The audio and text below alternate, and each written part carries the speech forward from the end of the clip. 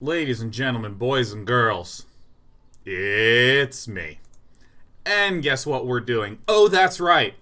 We're going to be playing the deck that makes us happy. The one with 4 copies of Sunbird's Invocation. Let's just look at this text. You cast a huge thing that costs X.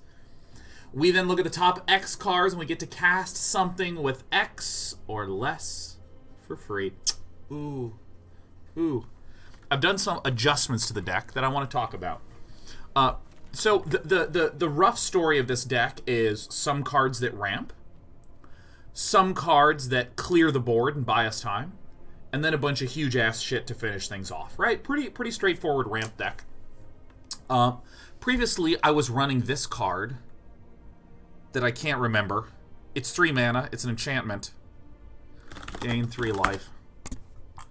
What the hell is the name of it? Gain 3 life, enchantment. Gift of Paradise. Good lord. Gift of Paradise says, when it enters the battlefield, you gain 3 life, and it also lets a land generate mana of 2 color. So my original thought process behind Gift of Paradise was, hey, this is a way for us to get an additional mana, right? And it gains us life, continuous with the theme of staying alive. But I found it was very, very awkward. Very, very awkward. Because, let's say I have 3 mana, and then I cast Gift of Paradise on a land. I now have everything tapped out, and I can't do anything. Whereas, if you look at something like Grove from the Ashes, this is spend 3 mana to peel a land out, and now I can do something with it. Such as scry with a treasure map, which is what we encountered all the time. Also, if you kick Grove from the Ashes, you get 2 lands out that come into play untapped. So I kind of was looking for ways to spend 1 and 2 mana. Treasure map obviously lets us scry with the 1 mana, and I can play a treasure map for 2 mana. But I opted to cut all the Gift of Paradises and try out 4 Thunderherd Migrations. This is nice because I have a turn 2 play to begin my acceleration. It's also nice because I can sometimes grow from the Ashes kicked into Thunderherd Migration. And here is the biggest quality that Thunderherd Migration and Grow from the Ashes has over Gift of Paradise. This is peeling stuff out of our deck.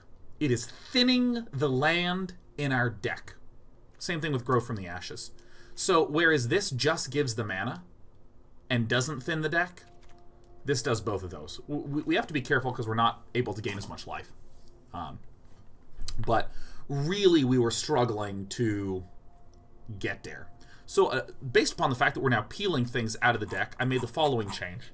If we look at our mana base, Clifftop Retreat and Sacred Foundry, I'm running just 2 of each of them. First of all, why am I okay running less of white and red?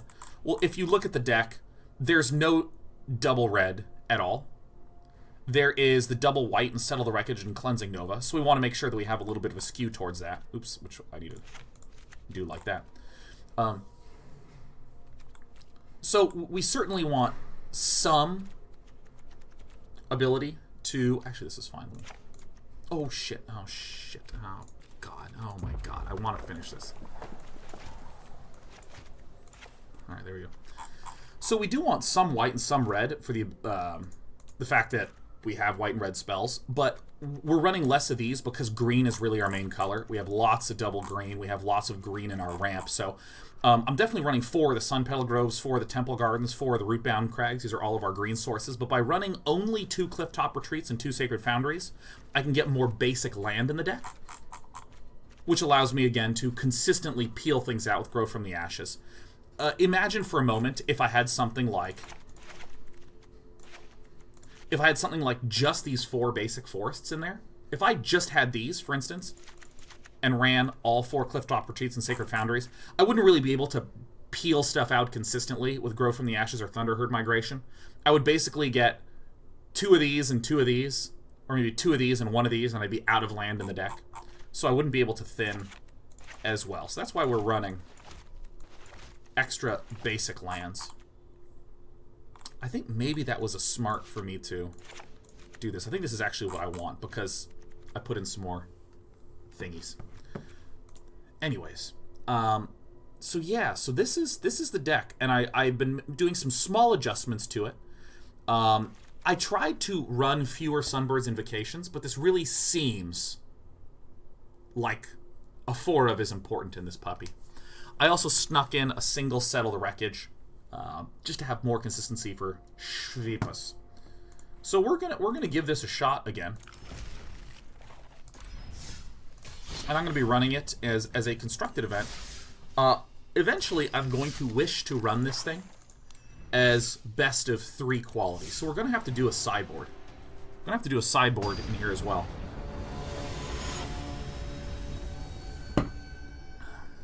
And the one thing I want to try to emphasize in this is that I just believe having these extra Thunderherd Migrations is going to make our turn 2s look so good. Thank you. Thank you. This really helps with our turn 2 stuff. Alright, looks like we have a Golgari deck. Deafening Clarion is going to be helpful here. It's going to enter tapped.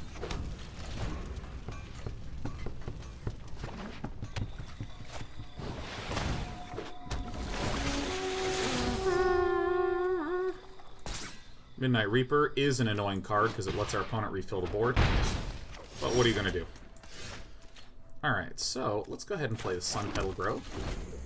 We can't play the Thunderherd Migrations because as an additional cost, you have to pay 1 or reveal a dinosaur. Karn, Scion of Urza. Okay.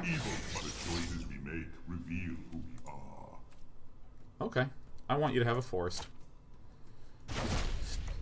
So our opponent's going to get just a boatload of card draw out of this. By the way, I'm really interested in Karns showing up all over the place. Karns and treasure maps are showing up like crazy. You can think of the +1 and the -1 of Karn as draw an extra card a turn. And occasionally you actually pop off with those puppies. So we are thinning the deck. We have a good amount of green sources in our forests. Just going to run this out. Now, if we draw a dinosaur, we can double ramp, which is great.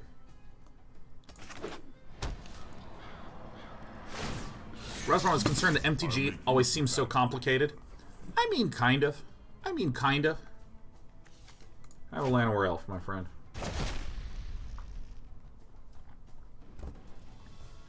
Regisaur, there's definitely more stuff going on in Magic than in other card games. But I think MTGA in particular does a pretty good job of, well, crappity shit decks. This is kind of a tough opening. It's alright, we're just gonna 1, 2, 3, 4, 5, 6, 7, 8. I think I do have to Deafening Clarion here, even though that kind of sucks. I don't think I want to go to 5.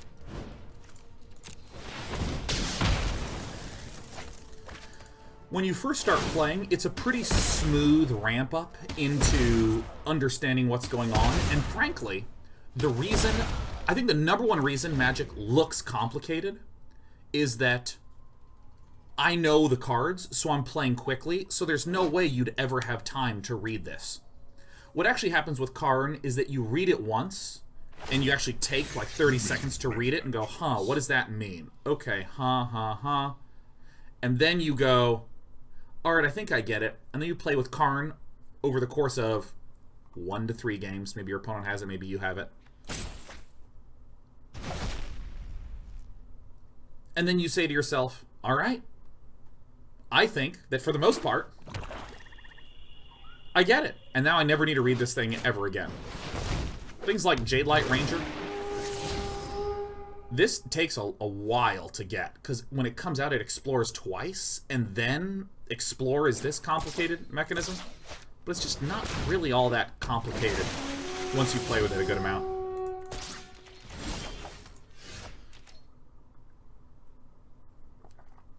Okay. So what we're going to do is we're going to do this. We're going to pay an extra one.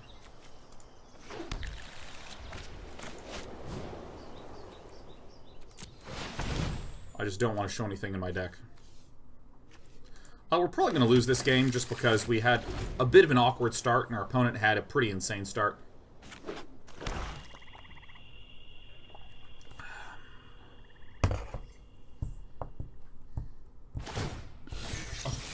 choice. Alright. So our opponent is just constantly +1ing to draw the bad cards. All these cards in exile are actually very good. So, I mean, we're probably going to lose this one.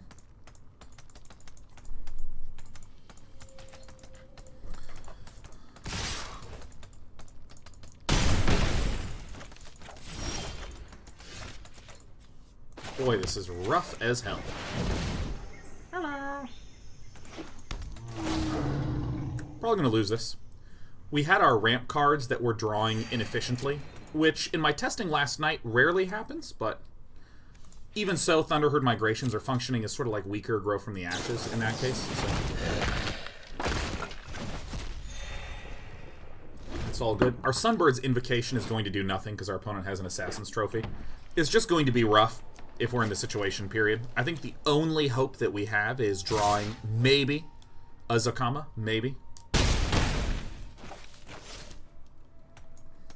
No big deal, sometimes you whiff. What do you think of Drover for the Mighty for your mana dorks? Yeah, alright, so we lose. Nope, Drover the Mighty super doesn't fit into this deck. Unbelievably doesn't. And I can actually explain that in an articulate way now. If I actually... Whoopsie-doopsie. Completed a quest. What do you know? I stayed up till 2 AM playing this. I should have gone to bed earlier. You can probably see circles under my eyes. If we look at this deck, let's actually look at our dinosaurs. We have 3 Regisaur Alphas, 3 Carnage Tyrants, 3 Verdant Sun's avatars, and 2 of these. We have 1, 2, 3, 4, 5, 6, 7, 8, 9, 10, 11. We have 11 dinosaurs in this. And our dinosaurs begin at 5. Begin at 5.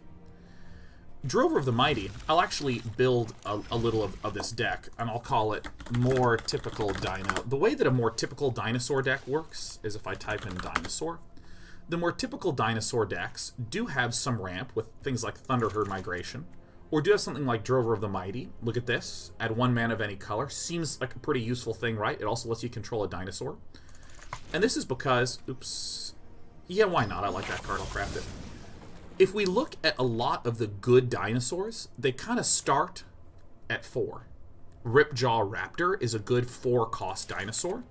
Territorial Allosaurus is a pretty damn good dinosaur. I actually think that I would want another one of those anyways.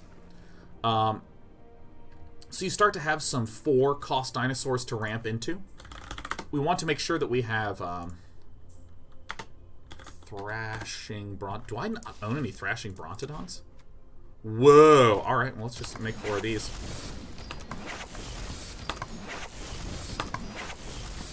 Maybe 1 less of these. So this is kind of how typical dinosaur decks kind of look. And at the high end, you have like Carnage Tyrants, or maybe you have something like the Regisaur Alphas.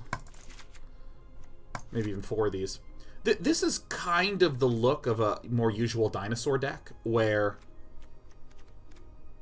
you have these 3 and 4-cost dinosaurs leading into a 5-drop. So the Drover of the Mighty is nice, not just to get there, but to leverage getting an early dinosaur down as well. So in our deck... Yeah, let's just save it anyways. In our deck, you'll note that our dinosaurs, we don't have any 2, 3, 4-drop dinos. We only kind of have these expensive ones, so that's why a lot of those little dorkos don't quite fit in there.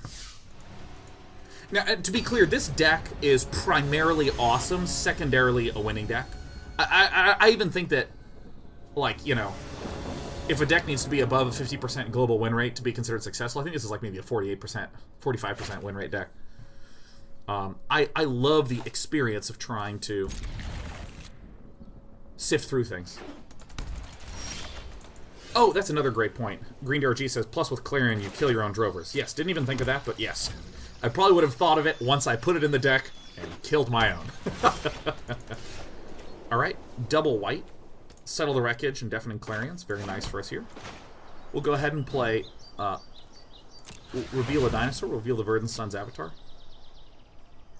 What do I want to get out of this? We have our double white, so I think we just want another green source.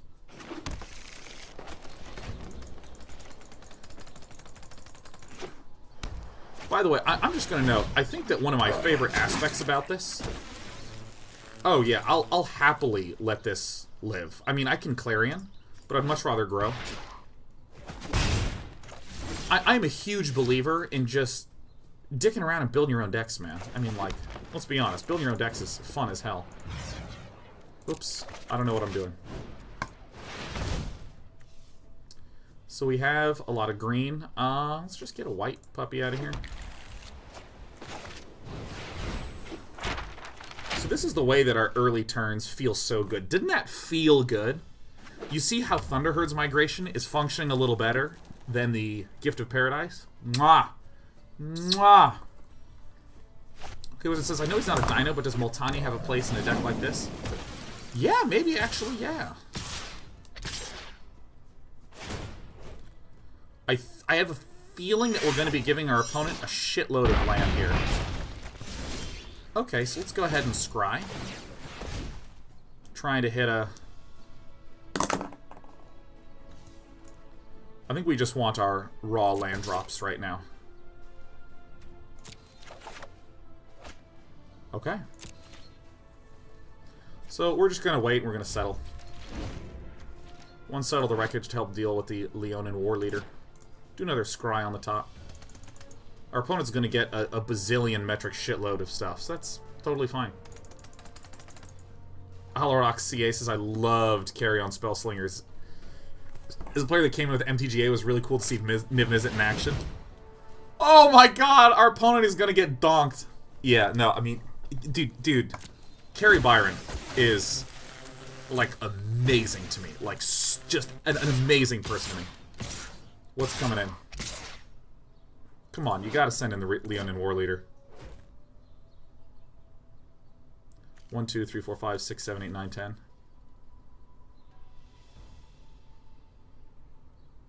A nice play, opponent. Yep, I'm gonna have to settle this. I assume that the War Leader would be attacking, which is the thing that I actually want to get out of there. Like, oh my god, yeah, no, so Carrie, so pretty much, I would say there's a mixture of people on every season. This is an interesting pickle. Let me actually try to solve this little puzzle that I have before me. Alright, that's a good one.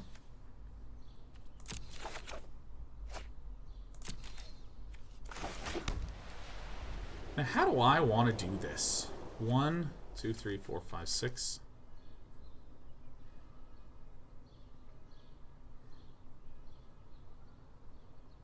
So this is going to be 1, 2, 3, 4, 5, 6, 7, 8, 9, 10. Down to 6 instead. Yeah, I think I should have to do this now. So every season on Spellslingers, the invite list is a mix of people. You'll generally see a pretty identical spread. There's people who just play Magic and know the game. There's people that have played some Magic before, just like in their lives. There's some people that are like gamers, but maybe have not played.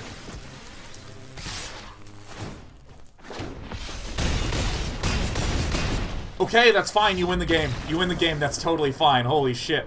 I just did not know that that was a thing. Alright, well, whatever. I could have Deafening Clarion earlier. But I'll finish this explanation. What am I talking about? Oh, yeah. And there's some people that have, like, are non-gamers who haven't played games before, right? So there's a sort of spread of people who have, with different levels of experience. Because it's kind of the whole point of the show. Like, if you've seen the decks in Spellslingers, these are not, like, top meta standard decks. These are sort of like kitchen table Magic decks.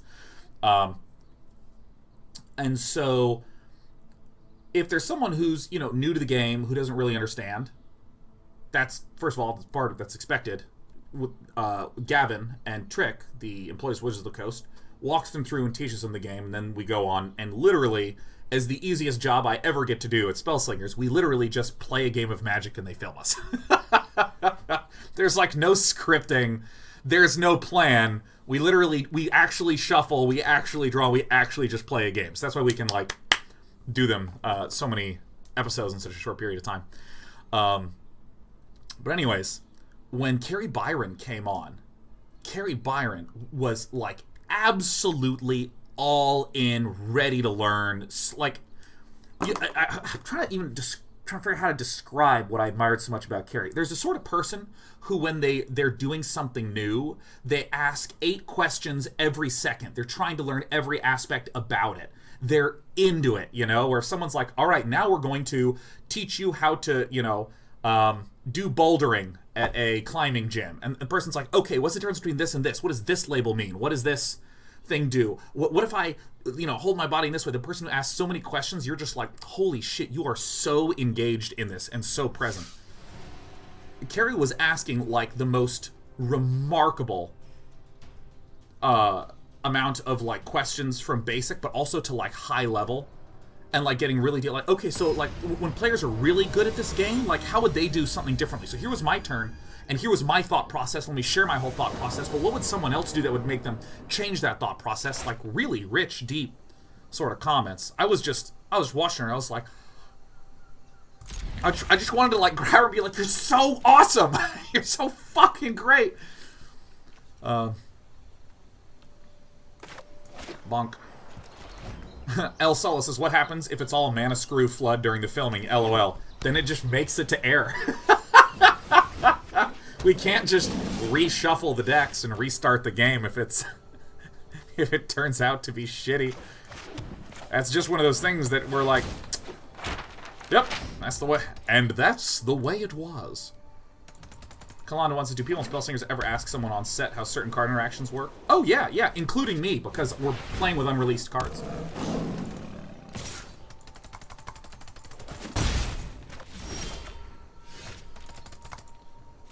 By the way, I'd like to state for the record, this is why I really like Grow from the Ashes and Treasure Map as a sort of... as a duality.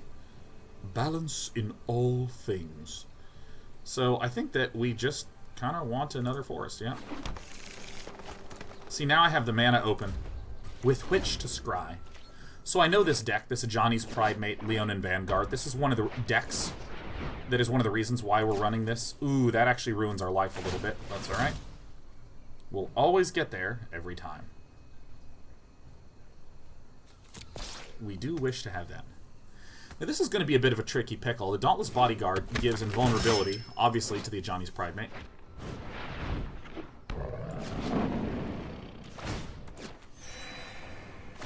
That's the fucking wrong one to buff.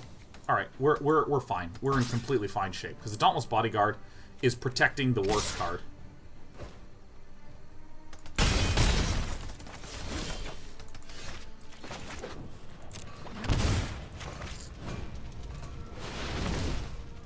Death to all things. Gishath is not in this deck? That's a shame. Yeah, no, I'm thinking of working into Gishath, for sure. I only learned of this card yesterday. I'm trying to smooth out some of the early game weaknesses before I start adding late game boners, you know what I mean? Alright, so we're not out of the woods yet. Ooh! Alright. I hate to say, but I'm probably going to need to not scry on this turn. I'm probably actually going to need to grow. Is that a correct play? No, I think I do need to scry now and just do an unkicked Grow from the Ashes, which stinks a bit. Alright.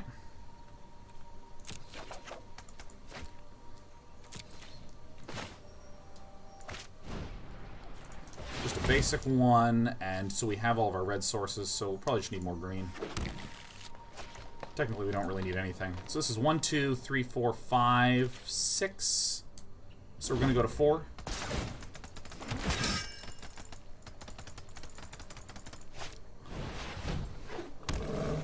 This is protecting that. Bing, bong. See, there's a lot of these weenie decks that keep going wide, keep going wide, keep going wide. This is kind of the reason why. And that's death? Fuck. Alright, we got destroyed by some aggro. I want to try one change real fast. I want to try one change. We went 0-3, which balances out our 7-win run yesterday. But this is fine. This is exactly why we were doing this in this way. I'm actually going to try to get this and add another Cleansing Nova. Let's do a Constructed Event.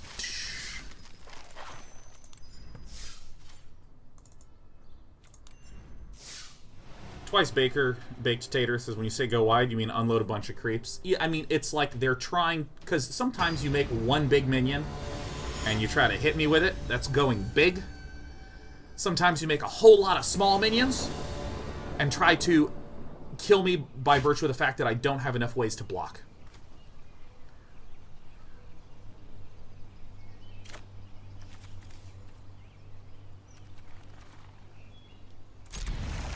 This is a greedy keep, but I'm trying to get a better understanding of what I can and can't do in early game situations.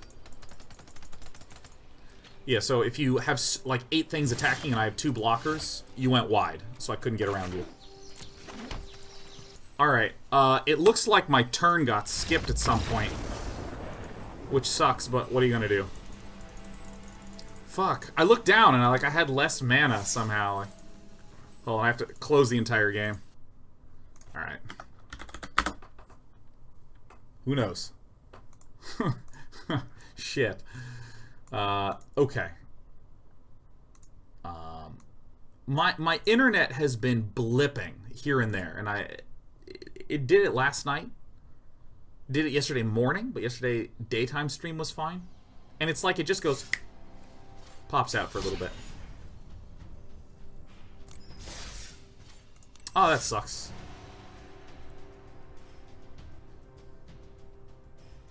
I think it was Twitch, though, because emotes and sub symbols went down, too. Nice.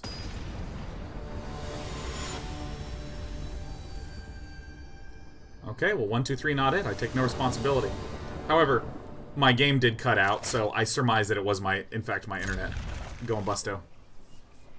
Okay, let's start over. The story of subscriptions on Day 9 TV. Or on Twitch. So, once upon a time, there was a gentleman by the name of Leo Laporte who did, like, technology review videos and things like this. And Leo Laporte had a show called Twit TV, This Week in Technology. So this, we pay one.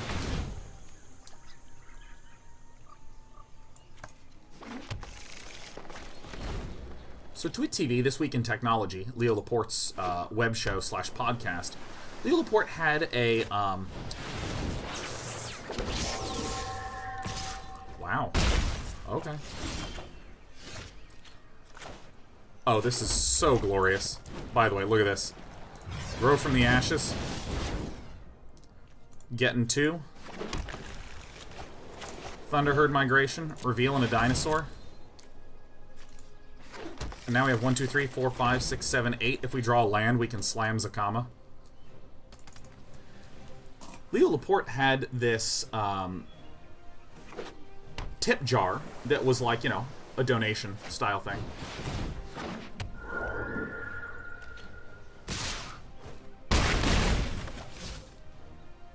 But it was a recurring thing. Alright, well, I mean, this is clearly the play anyways.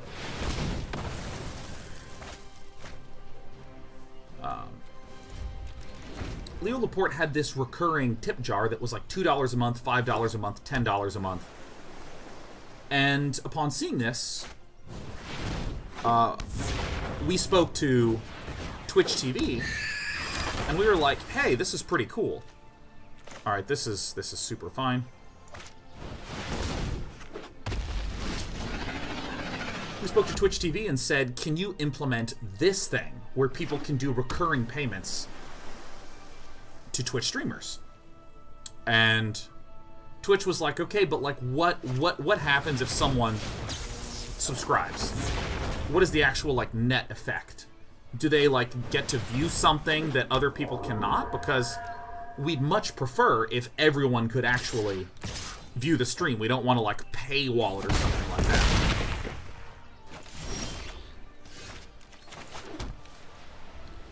All right.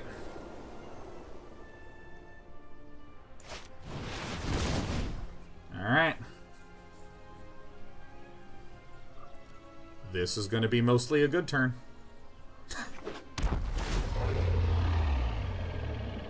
Let's just watch this turn play out, huh? We give everything lifelink and deal 3 damage. Can't even be spell pierced because we have enough.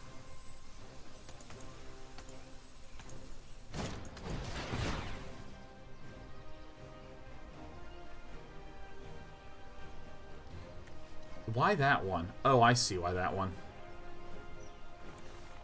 In that case, I will deal 3 damage to this one, which stinks a little bit because I would have preferred to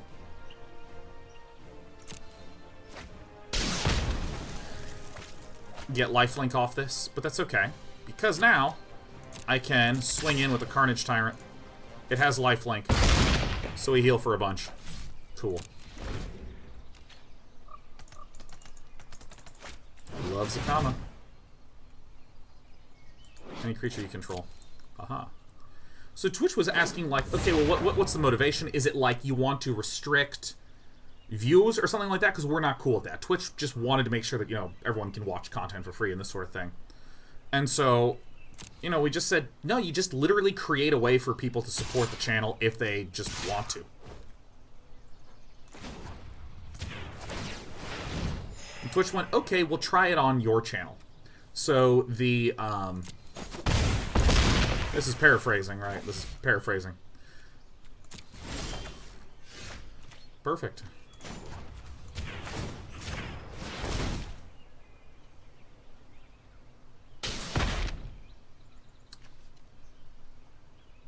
See, our opponent let that happen because our opponent wants to block this from happening.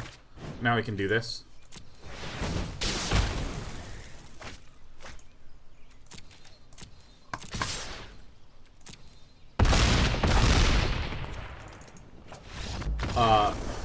So, Twitch built a test account that's subscription ID was 1. And then Day 9 TV now has a subscription ID 2. Woohoo! And thus subscriptions were added in the very early days of Twitch TV. So technically it's not like Day 9 TV invented subscriptions, right? I'm just literally looking at what Leo Laporte did. And Twitch, who are ever eager to have discussions about interesting things that can be developed on their platform, we're like, yeah, sure. Part of me thinks Vivian's Invocation might actually not fit in the deck. We're gonna get lucky. I'm not even worried about it.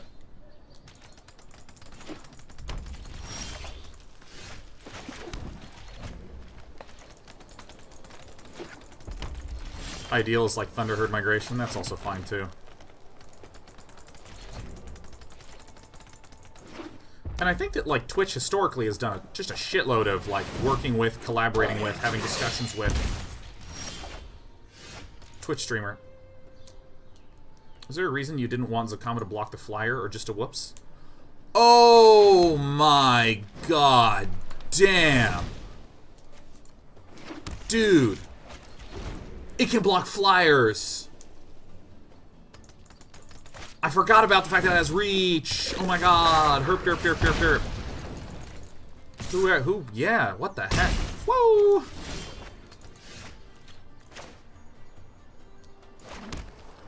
So if I just do a regular kick on this puppy.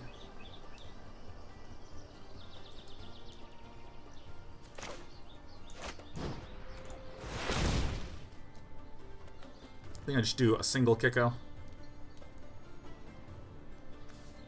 I think I actually want to go back to the 2-2 on the land.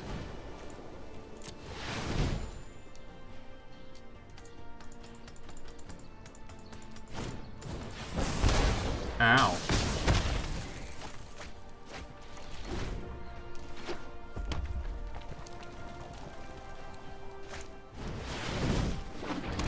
Okay. That is a bit of a tricky pickle. But I think we just slam the Regisaur Alpha down. We don't attack with this because it will simply block.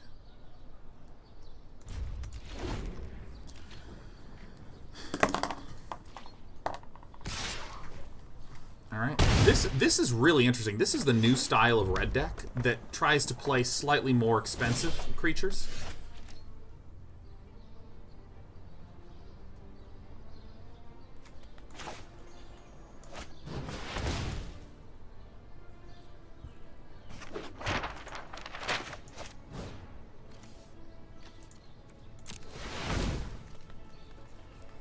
Like, the mono red used to be a deck that would have a bunch of 2, 3, 1, 2, and 3 drops. It would have Gitu Lava Runners. It would have Shocks. It would have things like that. And then its curve would close out at Experimental Frenzy. Ah, yes, Diagonal Monkeys. It would have that as well.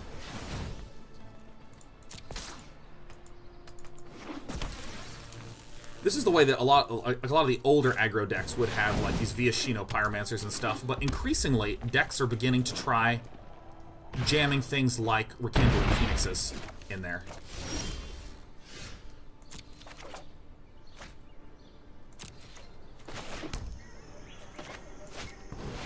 This is how we get around it. We have thick heels. Swing in. And possibly outrace. Like, a lot of the mono reds are running things like,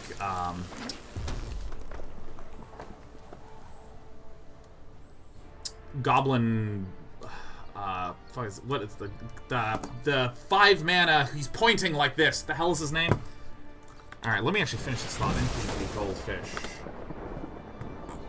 MTG Goldfish, mono red aggro. The Siege Gang Commander. God damn. Diagonal Monkey. I think this is maybe one that should have been swung at. Oopsie, frickin' doopsie. Oh my god, we screwed the pooch. Oh, fuck. Can't believe I've done this.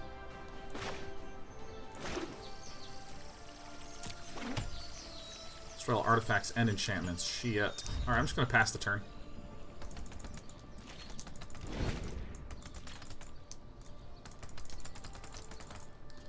Yeah, so I mean, there's a lot of like Legion Warboss, a lot of like Rekindling Phoenix. I've even seen Direfleet Daredevils showing up a bunch. Rawr. I mean, if we get a thick boy, we're just gonna heal a bunch.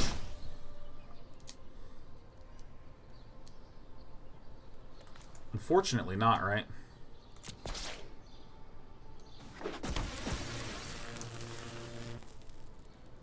One, two, three, four, five.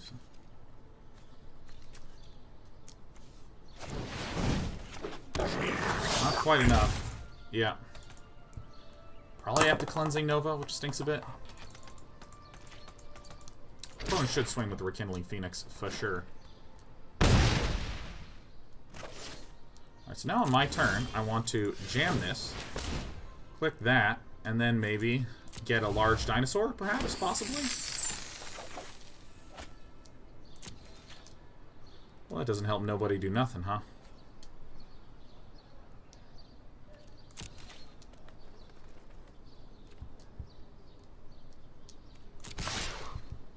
So we're probably dead. Probably dead.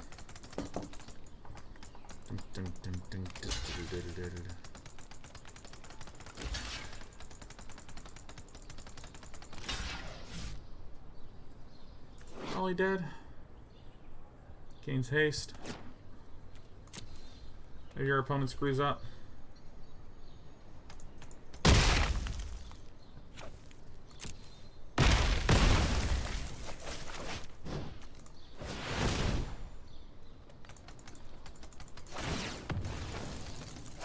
Yeah, we did. We did.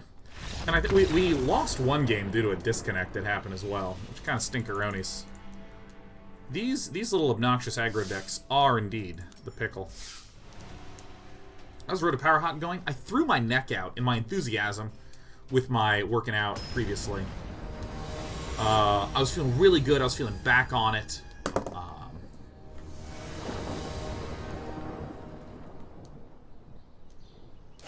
Yeah, and just kind of threw my damn neck out. Yesterday I felt like Gift of Paradise helped balance any early game life loss. We might be a little low on the stability against those decks. Maybe we should try to work in some Gift of Paradises back in, but not all.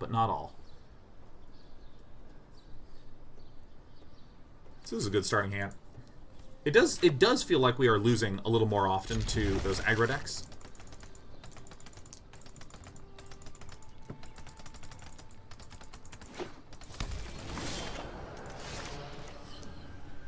Perhaps the awkwardness that I was feeling doesn't really matter, huh?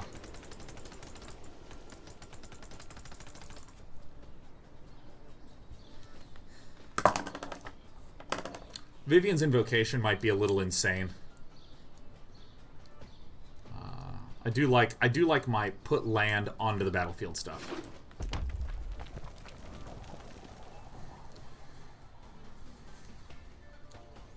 The life gain was not insignificant. That's true.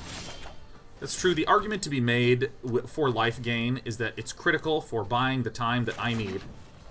First tapped. It's critical for buying the time I need to get to my good stuff. There's also an argument to be made that, well, why buy time via life gain when you could actually be peeling land out of the deck? You know, this sort of thing.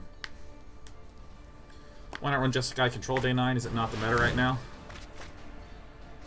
I mean, I need a reason to run it, not a reason not to run it, you know what I mean? I'm running this because I'm having fun.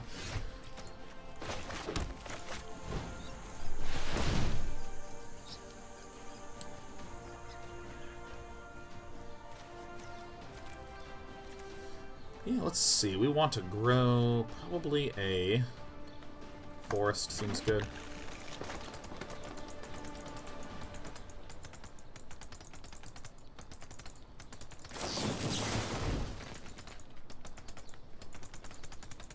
What about Star of Extinction? What about it?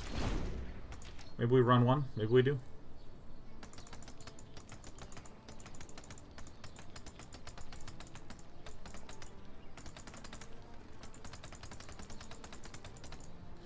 Yeah, maybe one Star of Extinction makes sense. Maybe just one. Treat ourselves a little more control-y like.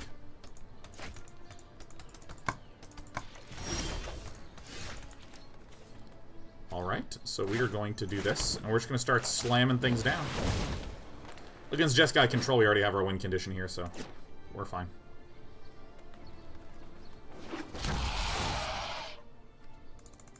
Attack, attack, attack, attack, attack. Star of Extinction deck and so many dinosaurs. It does make a bit of sense to actually run it, because if we are ramping really, really, really hard, we want to be able to deal with a couple of the more pesky things, like Carnage Tyrants. We're sort of like a control deck. Just trying to get the Sunbird's Invocations off.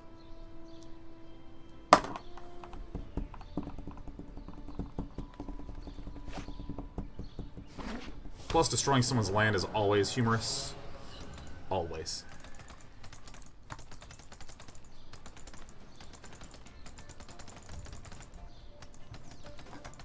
I don't think it makes sense just fun flavor-wise. I do think it does make some sense, though. Because the idea is that there is occasions where we have ramped up and we kind of need the damn board to calm the hell down. So we do need a sweeper in those positions, so... This is the last day of streaming before vacation. No, we're doing Wednesday, Thursday, Friday. I just irresponsibly have not updated the calendar. Alright, I think our opponent actually is not a Jeskai control list, and we'll be dead soon.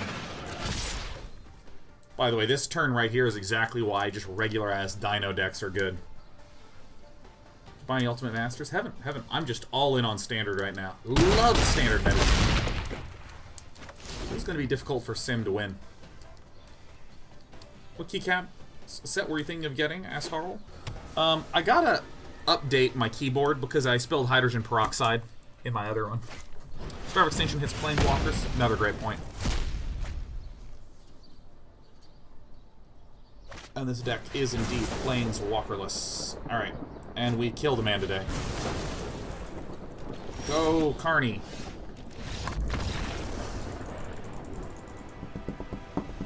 Dana and the Scientist. I use hydrogen peroxide as contact solution, that's why.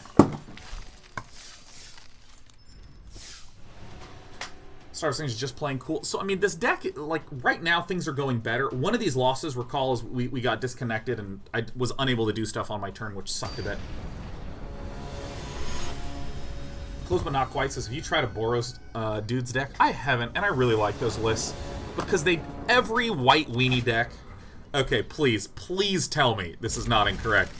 People who've been long-time Magic players, tell me. You look at a white weenie list, and all you see is a bunch of garbage cards, and they just still kill you. Every white weenie list looks so uninspiredly terrible. For any of you who are curious what the white weenie deck is, white is, the sort of flavor of white is cheap, small creatures that kind of work together. You know, the idea of, like, we, the soldiers, function as a regiment, not as individual heroes doing things, you know, stuff like that. And so you have a lot of things like Healer's Hawk is in the list, and the Johnny Pridemate that gets bigger when you heal, you know, and a lot of little Dauntless Bodyguards you sacrifice to save someone else, you know, and you just go and you get really wide, so even if your opponent places 1 to 2 huge blockers, you still attack around it for like 6 to 10 damage. Reveal Reginald. I would like a red land. We're replacing some of the ramp with Druids of the Cowl, which still ramps but acts as blockers against aggro. What do we think about that? It's plausible, but I don't like it.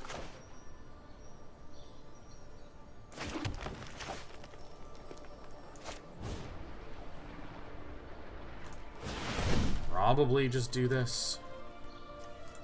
Get my greens out. If we peel land, you bet your ass I'm gonna Sunbird's Invocation here, man. Don't think I'm not.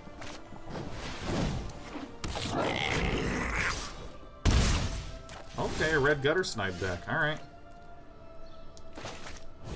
Alright, Reginald, let's go.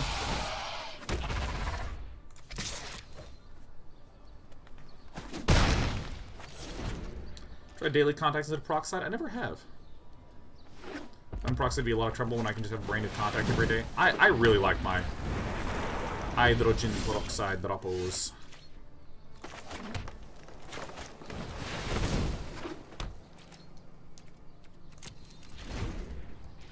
Just gonna chill on this. Have you seen the True Fire Captain and Star of Extinction combo? I have not!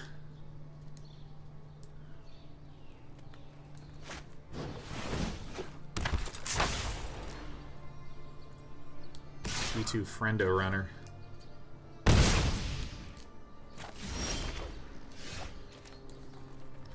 Well, we win. Alright, Verdant Sun's Avatar. Let's look for something good. I'm thinking maybe another Verdant Sun's Avatar. Oh my lord. Oh my god, a Vivian's Invocation is so good chained off this. Dude, if I just get one of these down, the game's just done. Yeah, no, I'll probably peel the Carnage Tyrant from this, huh? That guy has haste as well. Who you want me kill? Probably the Gutter Snipe.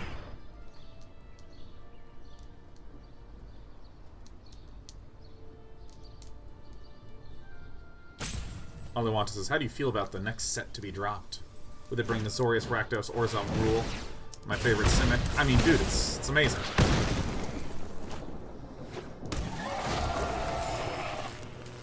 Alright, so this is attacking. I think I leave these 2 blockers back. Because we have some disgusting Alpha Strike that's going to happen the following turn.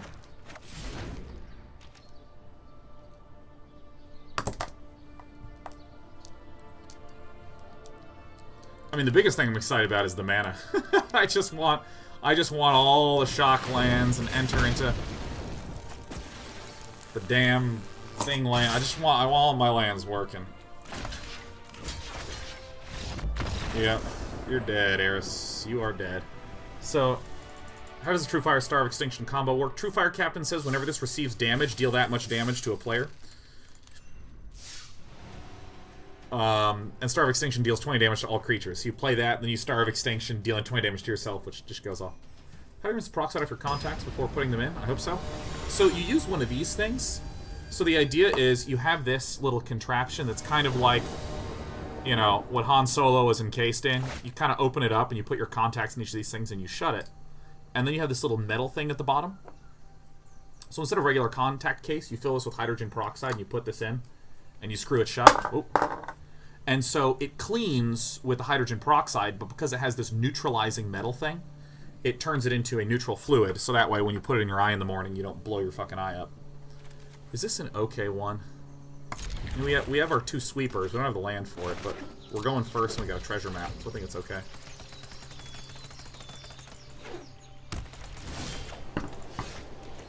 Do I ever not get there, man? Honestly.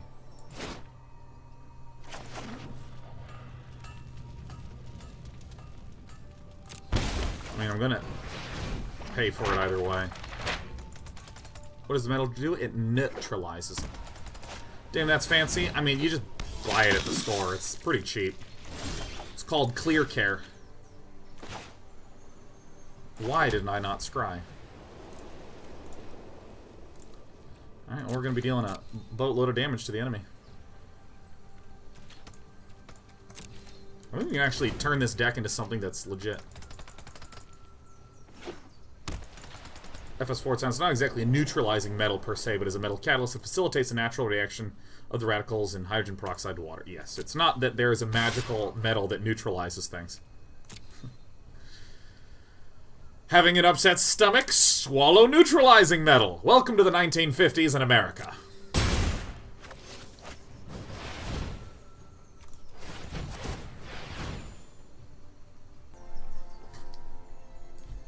You were in good shape.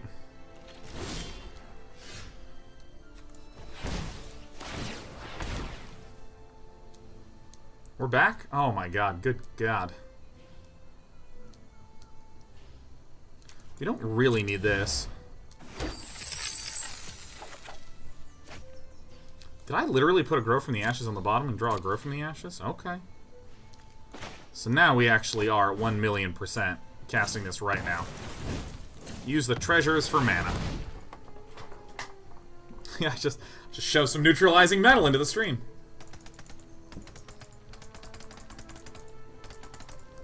Now we're going to begin to win a lot. No attackers? I think none.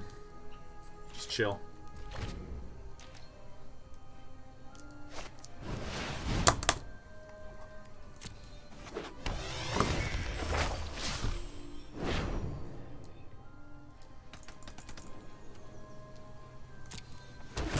Alright, that is okay.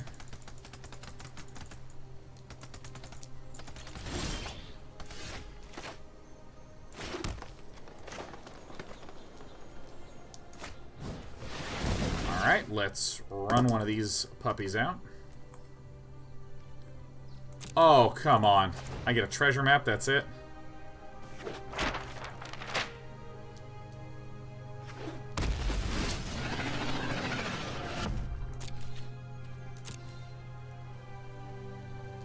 So we're swinging with this guy. And then next turn, we're probably going to Deafening Clarion. Hot goddamn.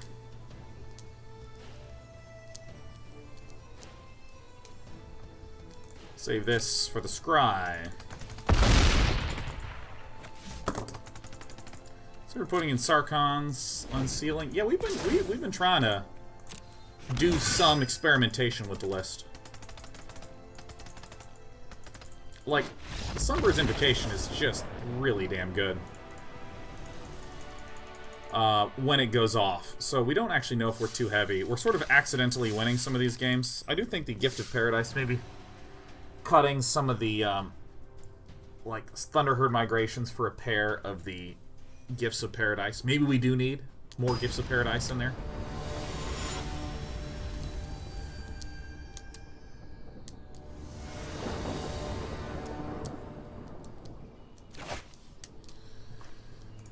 Oh, this is not good enough. Alright, that's better-ish. Like, we have a treasure map, so... Treasure map and the ability to scry. Dude, if you lose connection, it skips over the stop that you put on this upkeep step. It's really annoying. Oh, that's... I'm really happy to see that.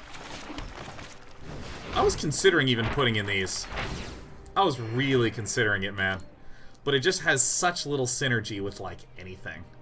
You know what I mean? Kind of accomplishes our card draw and our stay alive issue. Kind of. Why are you skipping over this stop? Oh, God. I'm just going to concede. I'm going crazy with this. It keeps skipping over. Like, the whole reason I'm running the treasure map is so that I can do the stop. Alright, I'm just gonna get out of this, because this run seems cursed. Alright. I'm going to go to this deck and I'm going to fiddle with this a little bit and see if my connection stabilizes, because it just keeps skipping over. Like, that's why I'm running this thing, is so I can just get land from the top when I need it. So what if we reduced the Cleansing Nova count? I'm starting to have some doubts about Vivian's Invocation. It is hilarious to me.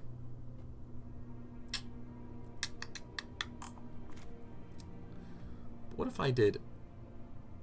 Let's make small adjustments. Small adjustments. What's the name of that damn card? It's Gift of Paradisma. Alright, something like this.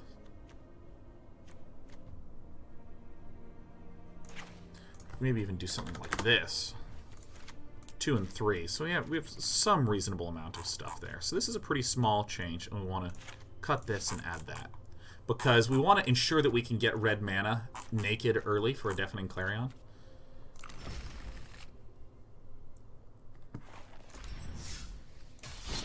So what I want to do is I just want to play with this, because right now what I'm trying to do is I'm trying to find what are some spikes of power and weakness in this puppy. So, I mean, we haven't even begun building a sideboard, because I don't really know what the main board is.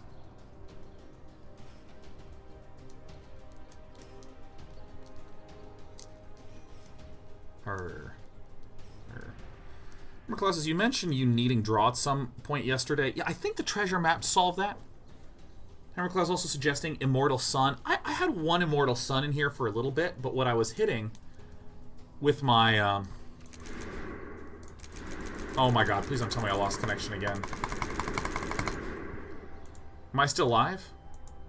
Am I still alive? Oh god, please tell me I'm still alive. Oh god, still up for you guys. Oh my god, stressful day, man. Comcast internet's fucking my shit up again. And can I just say, I actually generally don't mind the idea that occasionally my internet's just not going to work. I don't mind. Occasionally, my internet's not going to work. I don't know a ton, but I know a little bit about how, you know, network infrastructure works. And if there's just, you know, something goes wrong with cable, or, you know, there's weather, or there's construction and it hits a line, I'm going to lose internet. That's okay. That's okay. I've just been so frustrated at Comcast's difficulty of communication. God almighty.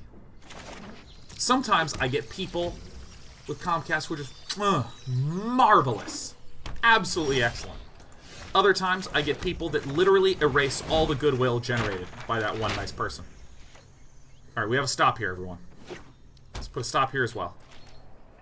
My turn. Draw step. Nice. And give me that draw.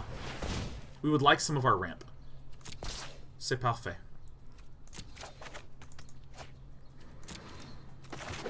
So now I don't get to cast this on this turn, which is totally fine. So I have a commercial business package. They do not offer it where I am. Period.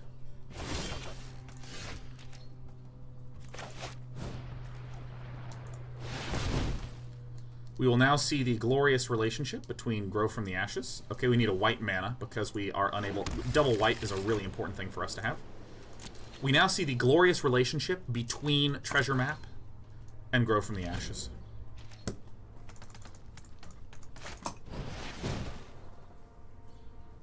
In Italy, a friend of mine lost connection because a rat managed to enter in one of the cable boxes, get stuck there and died. Yep, happens apparently a lot. A lot. I want that. So now we draw.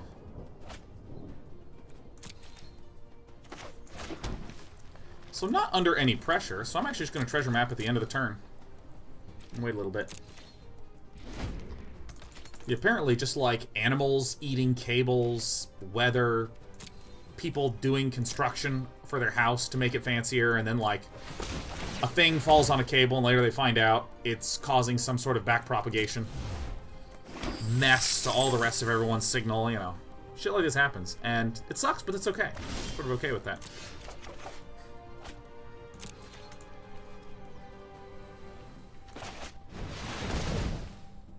I think running out a Carnage Tyrant on an empty board is probably going to have a pretty positive effect on our life.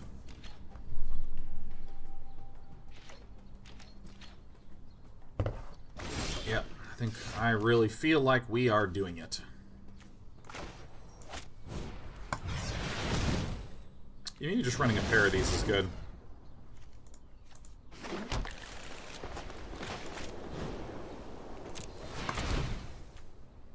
It doesn't matter. I mean, I won, but I'm playing stuff out.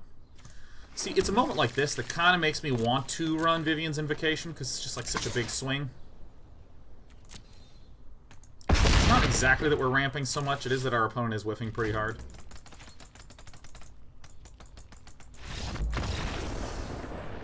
We didn't learn anything. You know, I'm going to continue to practice this in Constructed Queue.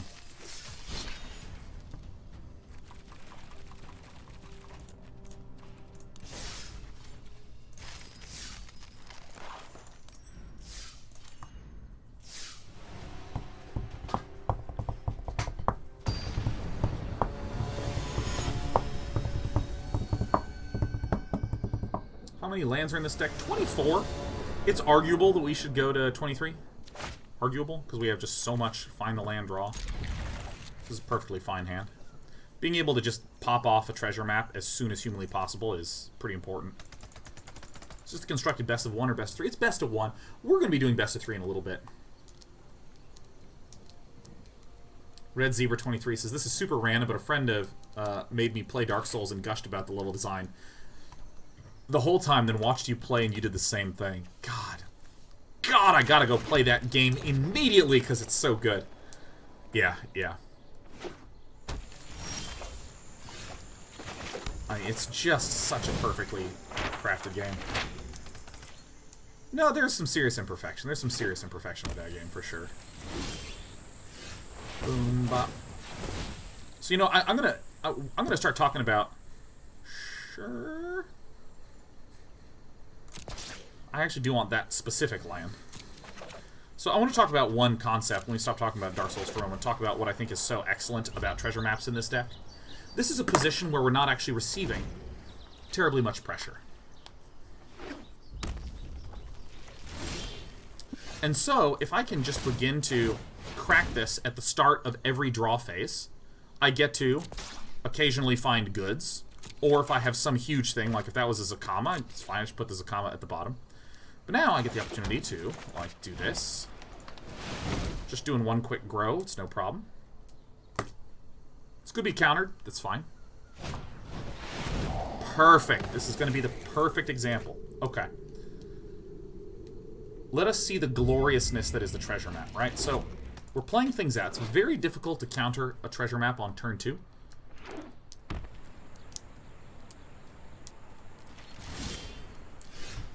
Alright, we do this. Crack that. So, notice I played this on turn 2. This is now coming up on the turn 5 that I wish to have. And what do you know? Gee golly gosh. I get to slam a Carnage Tyrant like it's nothing. Do I want the white down? Yep. White is right. And against Izzet, we just automatically win with a Carnage Tyrant. That's right up on my pen spinning. See, we can do it right hand and left hand. See, if I have 2 pens with good weights, is this the good pen? Yeah. Yeah. Oh, caught on my headphones. Yeah, we have all sorts of pen spinning-y stuff. Yeah. Someone said phrasing, lol. Did I say something? Did I say something bad? Also, I'm just going to generally know, if you say phrasing, you can come up with something funnier to say than phrasing. I love the idea that I said something and did not phrase it properly. And then I wound up saying something vulgar or penis-like or something like that. But, phrasing is one of those, I watched Archer and I'm just going to copy-paste that joke, man. You're funny.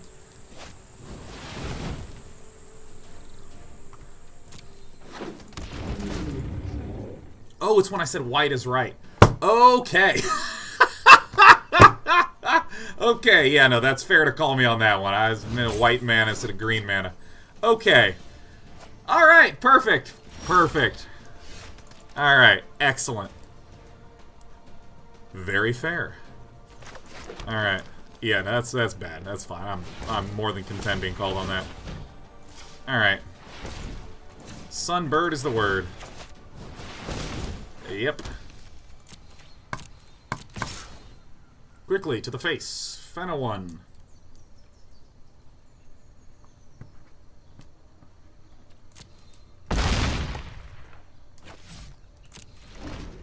Alright, so... I mean, Treasure Map will let us Sunbirds one time. But I'm going to end stop Treasure Map to draw a thing. Or Treasure to draw a thing. So really, Fena 1 has but a single choice. To hopefully get the Crackling Drake in a position where it has 6. Which it looks like that's what's going to happen. Wikiply says, how would you decide what to build a deck around? A lot of ideas I get for decks end up as super unfocused piles of cards because of what I decide to build a deck around. I would try to stick with, like, 2 to 3 ideas in the deck. And by ideas, I mean there's one core idea, but then there's 2 to 3 supporting things. Like, this deck ramps, tries to stay alive, and has big things. That's it. Like, doesn't even really have that much draw. Doesn't have a lot of... There's just a lot that this deck doesn't have. You know what I mean? Also, I would encourage you to make the focus of your deck not on, like, just Carnage Tyrants or something like this. Like, you'll notice I have, like, many big things. Many big things. Yep, that's fine. Is our opponent going to blow us up? Sacrifice a treasure, draw a card, because I just want to right now. Should wait till the end of the main phase, it's fine.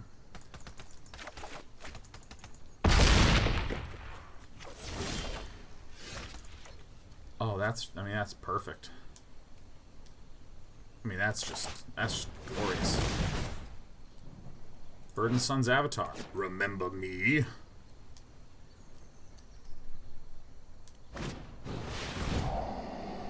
An acceptable one to counter. Could be dead. I mean, I could also find another Verdant Sun's Avatar and just negate all this.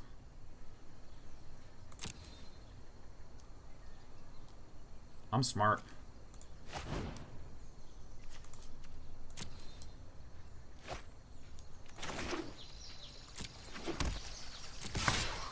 This is one of the benefits of Deafening Clarion. Notice that we were at 12 health. If our opponent lightning strikes us, that's 3, and then this is at 8.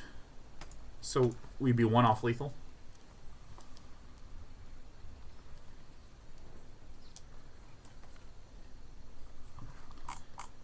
Yeah.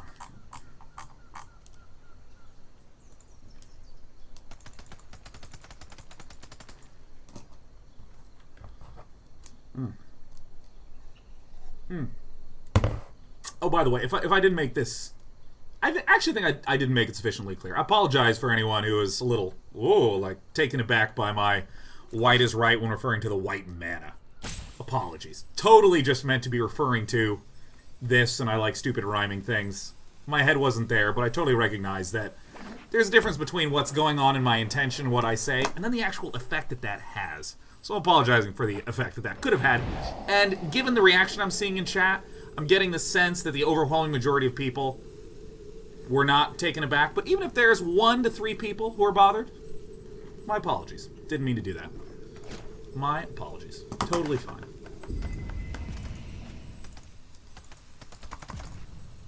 I think this is something that is important to note when you're speaking to a large audience of people. Hold on! Hold on! Oh, let me do something for Nime! Ooh. Ooh. Do you want to counter it? You're permitted to, because I'm going to look at the top 9 cards. Counter away. Alright, meanwhile, in the top 9 cards of my deck, we have a Vivian's Invocation. Game-endingly good. What's over here on the right? And it's, oh, shit.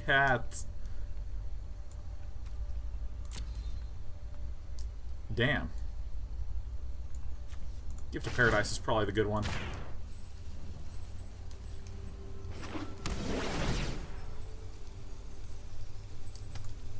just going to pass along. Move on. You think this is an important thing when you're speaking to a large audience of people? Let's say I just made a crude joke, right? Like one of my favorites, dick jokes or poop jokes, something like that. Let's say I make a crude joke. There's going to be some people that really enjoy it. There's going to be some people that kind of roll their eyes. There's going to be some people that maybe are annoyed because they're tired of hearing those sort of things. There's some people that are going to be offended, right? There's going to be this range of reactions that emerge. And, well, at least we're going to kill a Niv Mizzet, but this was a very good attack by Fenno. Oh, oh, oh. And I think that it's a mistake to, in my position, say, no, no, no. If you got offended, that's the wrong reaction. You should have this other reaction. The fact of the matter is, all these ranges of reactions exist because people have different experiences, different backgrounds, different moods that they're in at the moment. And the important thing is for me not... Ugh. How the heck do I do this? I think I just do this for lifesteal. The important thing for me is not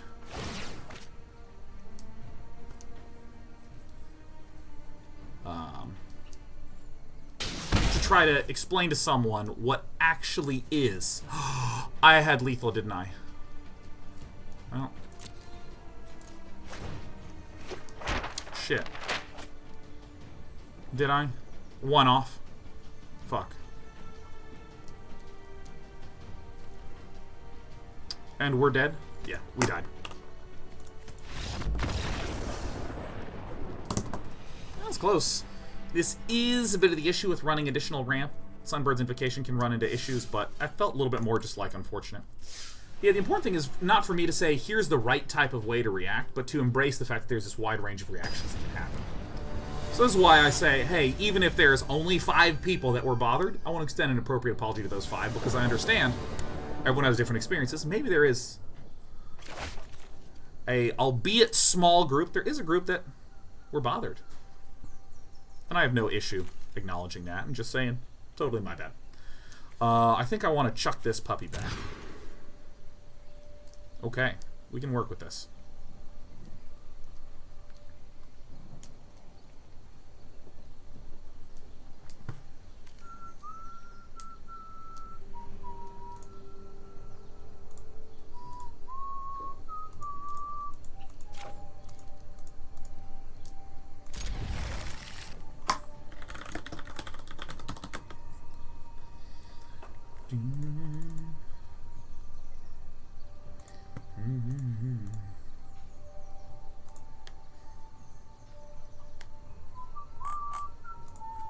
Sunbird's Invocation, going to the bottom. Going to the bottom.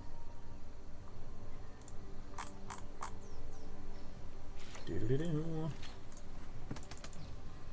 Oh my god, Dharma Leader has no cards. Do we concede for generosity? You're unbanned, by the way. I am the Shaz. I just get annoyed how often you post that. I was really upset that day. Sometimes there's screw-ups where I actually am amused. That was a day where there was... knocked a bunch of water in my keyboard and was really pissed off about it.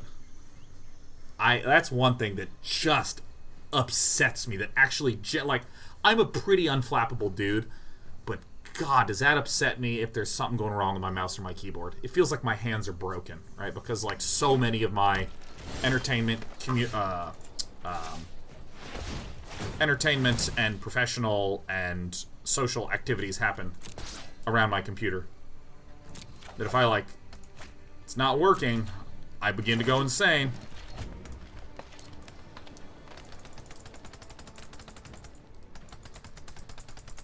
Day since Shaz has been banned, 0. Shaz gets time outed for like 10 seconds, maybe every other stream, I think.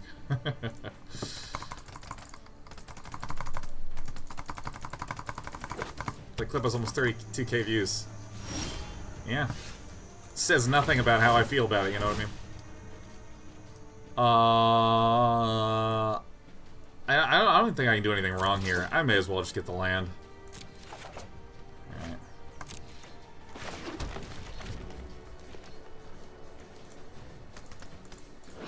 What's this? An unclaimed territory? Merfolk? Oh, a Merfolk deck that mulls to 3. Yup.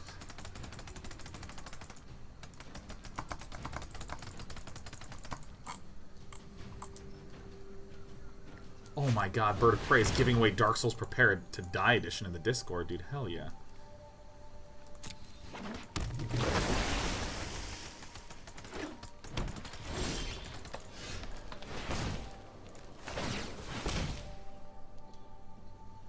I think I do want this so I can Verdant Suns immediately. So this deck is really good at punishing. Like, really, really good. If you didn't draw anything, you die real fast against this one.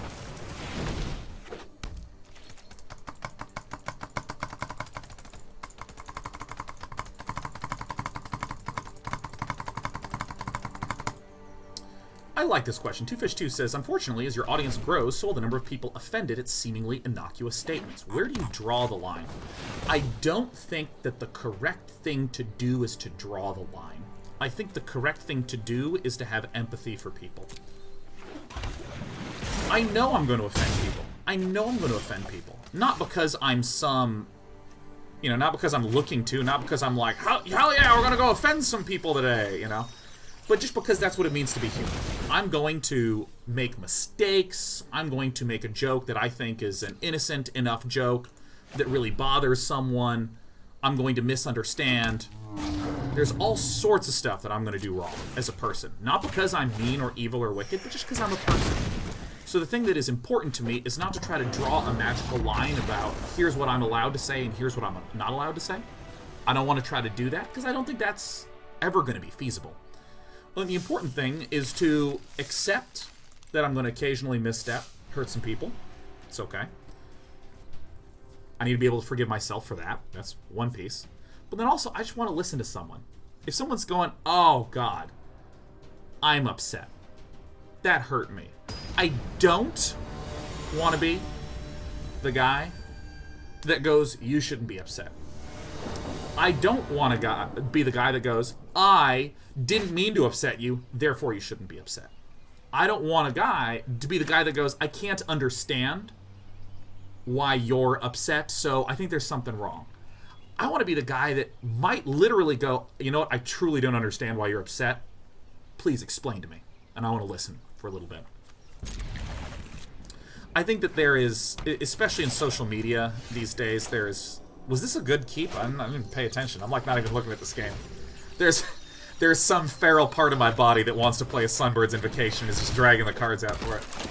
I think there's you know, a little bit too much, especially in social media, of people trying to figure out how to delineate. I am an X. I am an X, and if you do this one wrong thing, you're not that. Ah, you know, like, oh, someone crossed line X, Y, Z, and it's bing bong bad. You know, stuff like that. I am not going to fill in the blank as to what X means, because I want to be very careful not to turn this chat into something that begins discussing politics or controversial issues or something like that. This is a place where people I know go to get away from a lot of stress from other social media places. But let me just note, again, speaking conceptually, there's a lot of people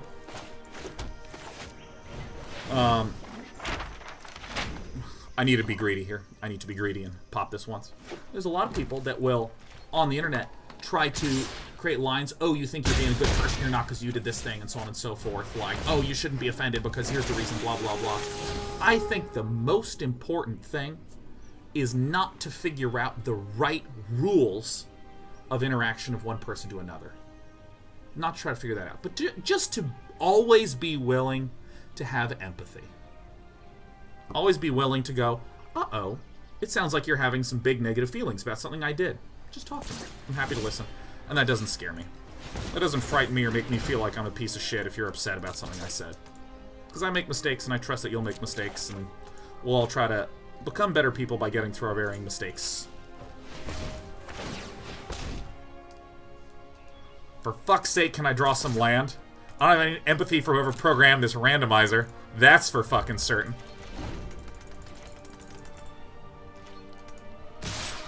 Yeah, hit me in the face for $1 billion, you dick.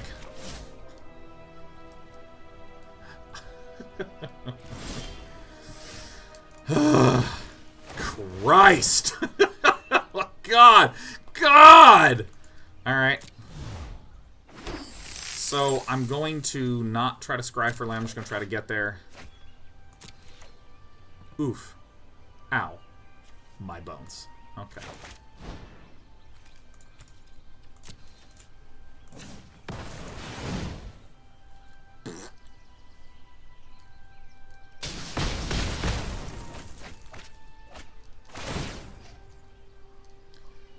Unix says, do you think there's a kind of self-honesty needed for that?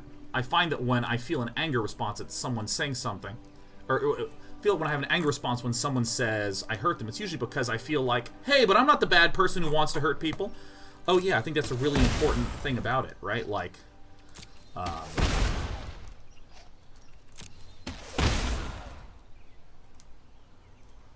that's a really important thing, is to note that there's an extraordinary difference between the way that... I can't focus on this game and respond to that. I can't do it. I can't do it. I'm, like, literally, the feral part of my body's like, if we draw land, this kid is fucked. Like, I'm like, I need to get my land. I think we're gonna have to play our friend Carney.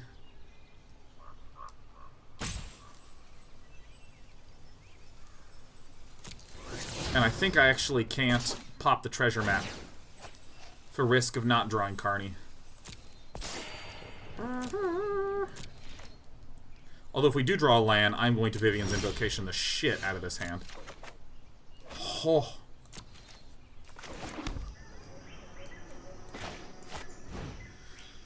Oh, he did it. Okay, thank God. Oh, these treasure maps are smoothing my life out so good right now. I fucking lost. Oh, that sucks. Alright, maybe that was a little too greedy. Alright, whatever. But yeah, like, if someone says something shitty to me, or says anything, and I have some feelings, the reason that's happening is in large part because of something going on inside of me. Something going on in here. For instance, if a stranger comes up to me and says, fuck you, you're an asshole, it's not really going to make me feel that bad.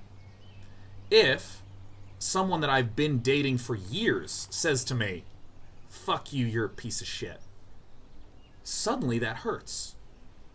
What different is going on? And a lot of times people want to frame this in a way of like, well, it's someone you care about, so of course it's going to hurt you more. But let's really think, what is it in me that's making me feel that way? Maybe it's that I think that what it means to be a good boyfriend is to make my significant other happy. So if I am getting yelled at, there's part of my brain that's going, oh, that means there's something wrong with me. Alright? And maybe I don't feel that sort of obligation to strangers. A really great personal example is when I first started to go to events, and there were, like, you know, fans who want to do signings and stuff.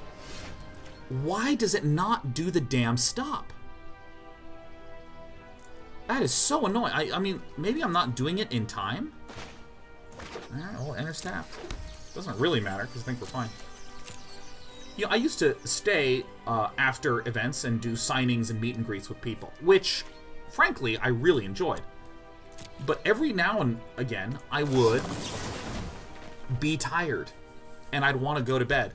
And something in me felt like I can't. I'm not allowed to do that.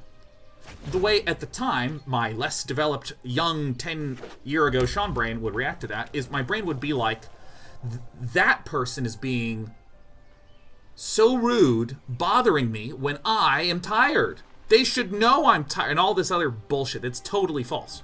What was actually going on is that, in me, internally, I had something that told me it's not okay to go to bed if you're tired.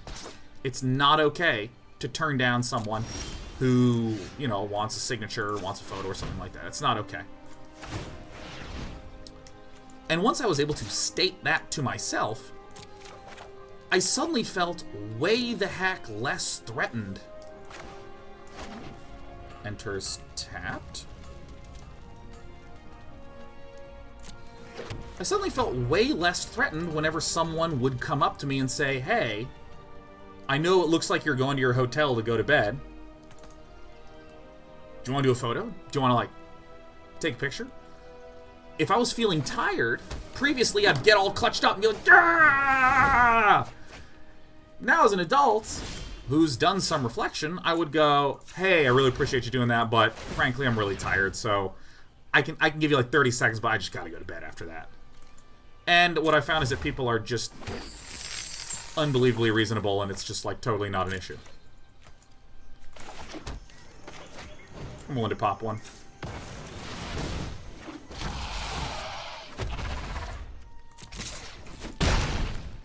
And so this comes back to Amahunek's thing about, like, if someone comes up to you and says something like, you hurt my feelings because you said a joke that made me feel this way. I don't quite think I'm ready to Vivian's Invocation.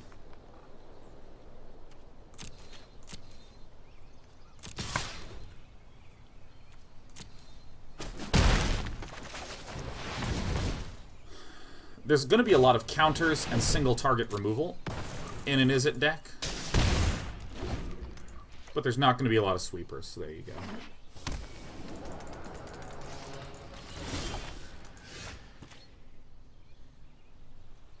I think we just chill.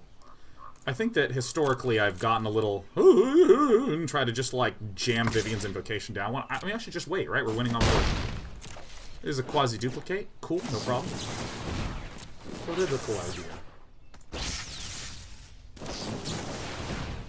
If someone comes up to me and is like, hey, you offended me about thing X, I need to be aware that there's a sort of false part of me that wants to go, but I'm not that sort of person, oh my gosh, and I have to sort of resist that and just listen.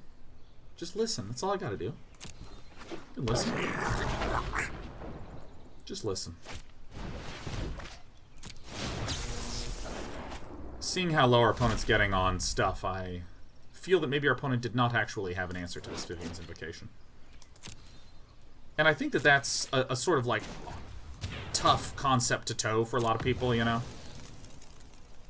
I said something that was offensive to someone along the lines of gender. Well, I don't have any problems with anyone of any genders, therefore I could not have possibly been offensive. The sweetest, most well-meaning person in the world is just going to accidentally hurt people sometimes. I'm jamming this out. No! Why did you tap this, auto-tapper? Yeah, it's fucking fine. Oh, shit. I'm so upset that I tapped the wrong land.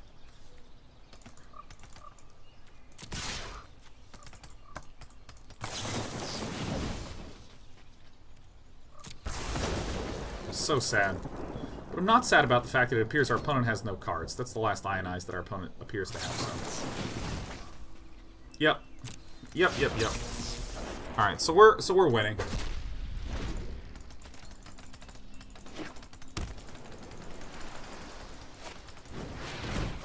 Yep. Alright, cool.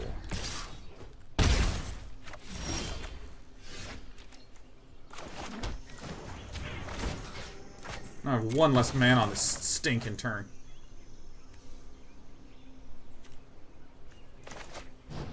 Do this first. This thins out our library.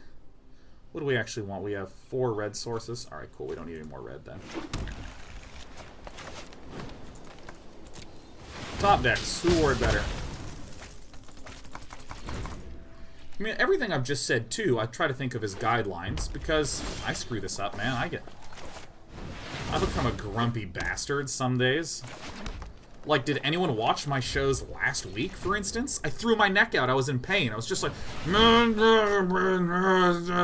On Friday, I, like, stopped talking in my stream because I was like, this is so stupid. I hate that my neck hurts. I'm going to grow up and be a big fat whale because I can't work out anymore. I was just, like, thinking all this bullshit in my head because I was so fucking mad, man. Oh, so upset. Shit. Now, here's something that does suck a little bit. When I cast this to destroy this, which I want to do, Vivian's Invocation, or Sunbird's Invocation happens first, so I can't Regisaur Alpha. Because my Regisaur Alpha will get summoned and then blown up immediately. Yeah, so I mean, like, you know, it's not like I'm just Mr. Angel Face all the time, but I'd like to at least think that I'm trying. I'm working towards doing this. I'm trying to be a good dude. That's about what I can do. Also, 1, 2, 3, 4, 5, 6, 7, 8, 9, 10, 11, 12, 13, 14, 15. 15 of our 24 lands. France. Alright.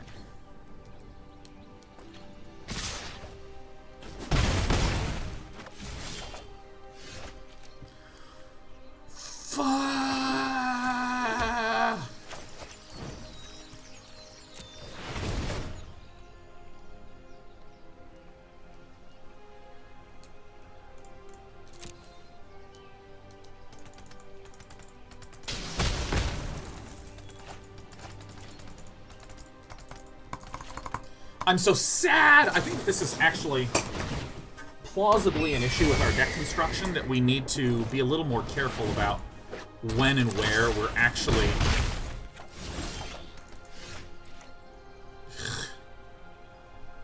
Okay, so what the exact card I need is our Healy Dealy? Oh, because the converted mana cost is... Oh, shit. Boy, we got a lot of lands there.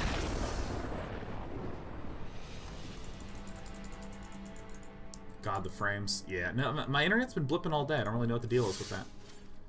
Yeah, so we're still having some connectivity issues.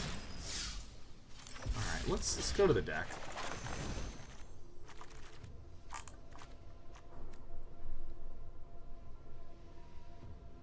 I have an idea. Let's put back in the Thunderherd Migrations. I think the Vivian's Invocations are maybe a little bit unintelligent. I think that what I actually need is some sort of mid-range, nice, thick, juicy dude. Let's make it a Dinosaur. I think that this will smooth our curve a lot if I can jam down a Dino Pal. Sort of right around turn 4 seems to be where we're having some Struggle Bear stuff.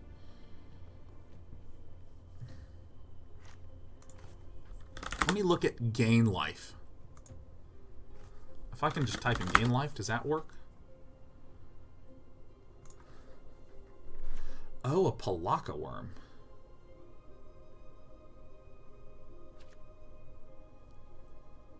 It's not a dinosaur, though. Is there a dinosaur that gives life?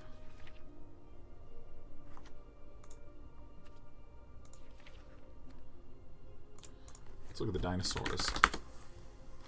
Palaka worm. I really like Vivian's Invocation, but probably not the right one. I think I actually just need more dudes. Probably it's going to be a green Dinopal. I mean, this is a plausible one, the Ranging Raptors.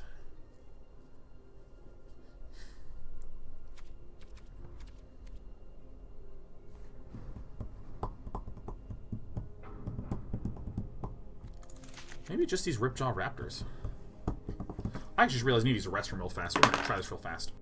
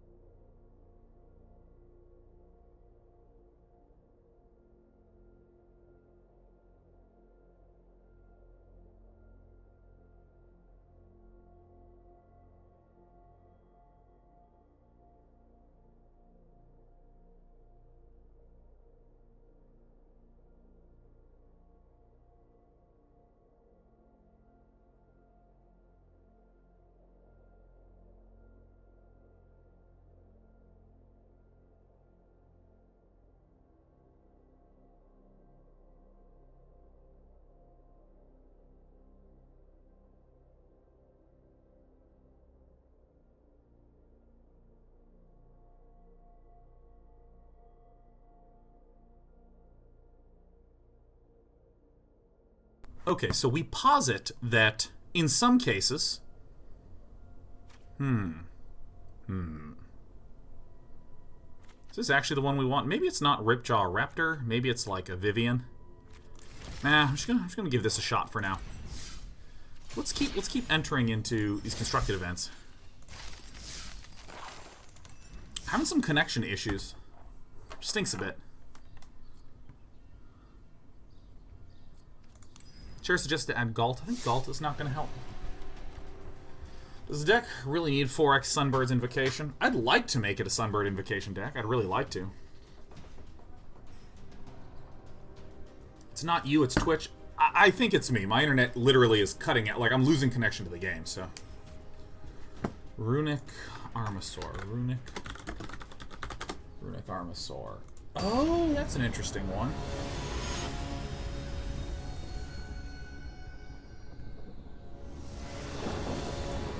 Yeah. Maybe a Runic Armasaur.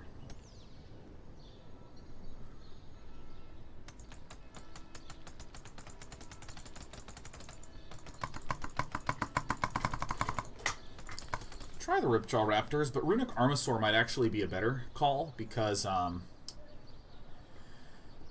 it just auto-draws. So, I mean, it's basically like turning all battle cries into draws. And it's a big wall, you know what I mean?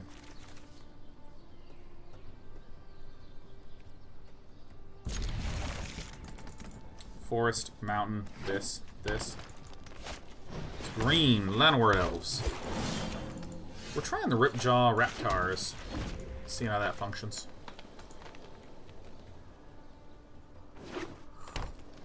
Zifnab84 says, not sure if this has been asked already, but did you watch any of the various videos and infos about Anthem coming at the end of February?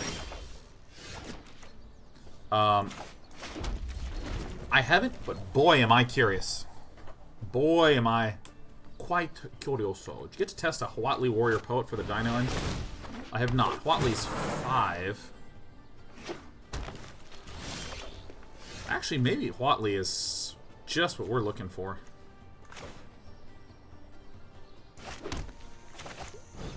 Bing bong. Maybe, yeah. I don't have any mythics to build any Huatlis, so... Armor is only for activated. Ah, that's right. It's not just abilities.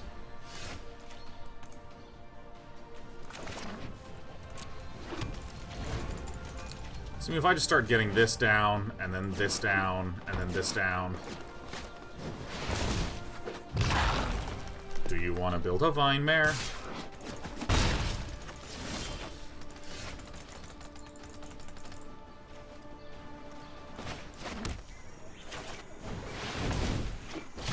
So it's just small enough to dodge counters, unlike Ripjaws. That is true, but like, I'm also thinking that this is just a fine card to peel. This is just a solid card to get off Sunbird's Invocation. This is a solid card to get off, just to be able to play against a lot of aggro decks. What about Wayward Swordtooths? Nah. Wayward Swordtooths can't attack or block most of the time, which is the actual issue we're having.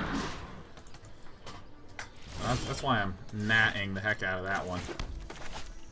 Alright, so this is actually just working perfectly. Oh, I'm sorry, sweetheart. Let me move this for you. We don't need to attack. No attacks, no problems. I should probably finish my veggies, huh?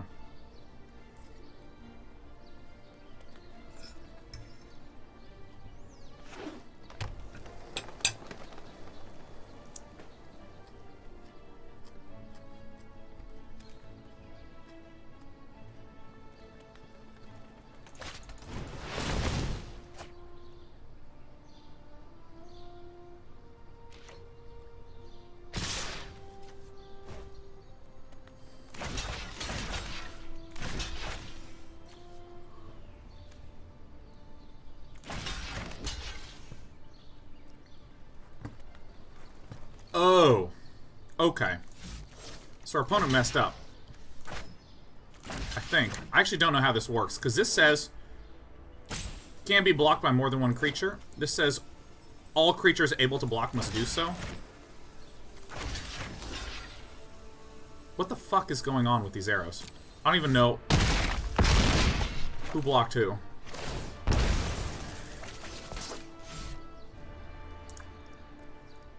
This is somewhat of an issue.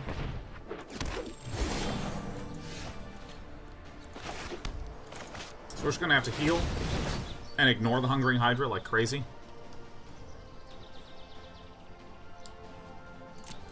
No. I love that it happens in that order. Alright, I'm the best, dude. I'm just the very best.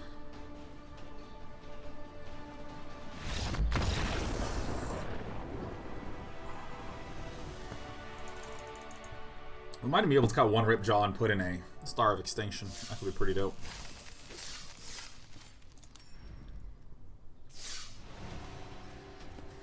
I think the Raptors were the right thing to add to this.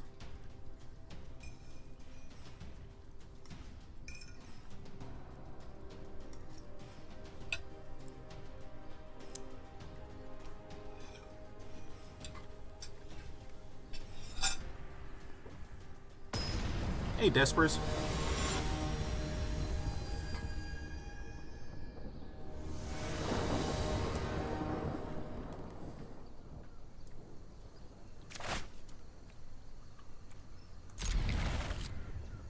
Could be good. Do we run a single Banefire for the backdoor win condition? Critter 38, 2,000 bits. Thanks for all your streams this year. Yeah! We're doing 3 more days of streaming. Wednesday, Thursday, and Friday. I haven't put anything on the schedule because I'm a lazy man.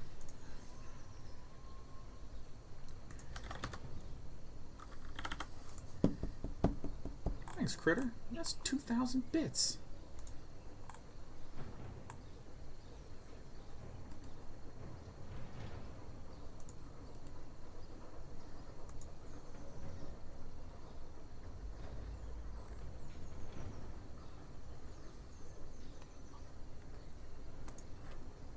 Yeah.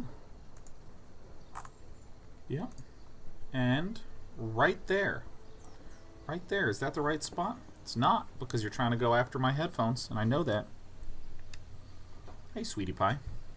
Alright. Alright. Oh, I should have played that first, huh?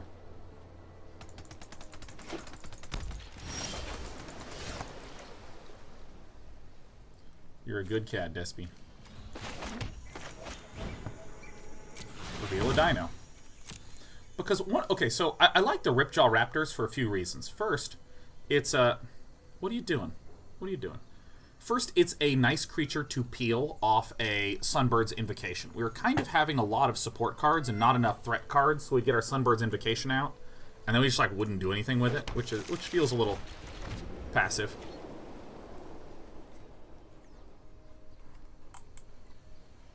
Critter 30, another 2,000 bits for the cats. That's 4,000 bits from Critter 38. I'll give you a day heart for that one.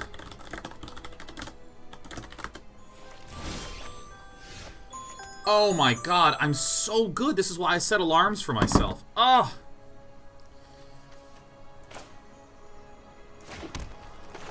Oh.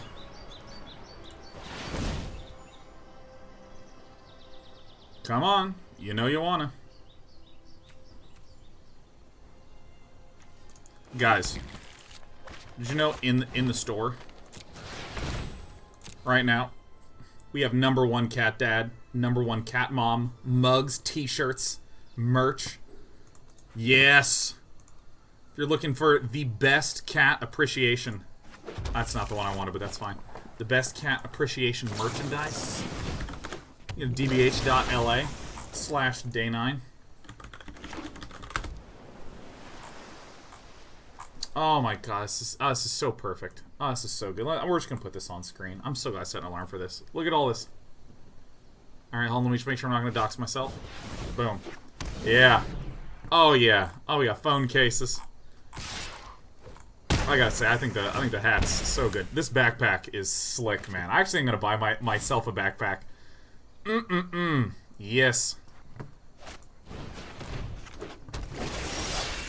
What is going on here?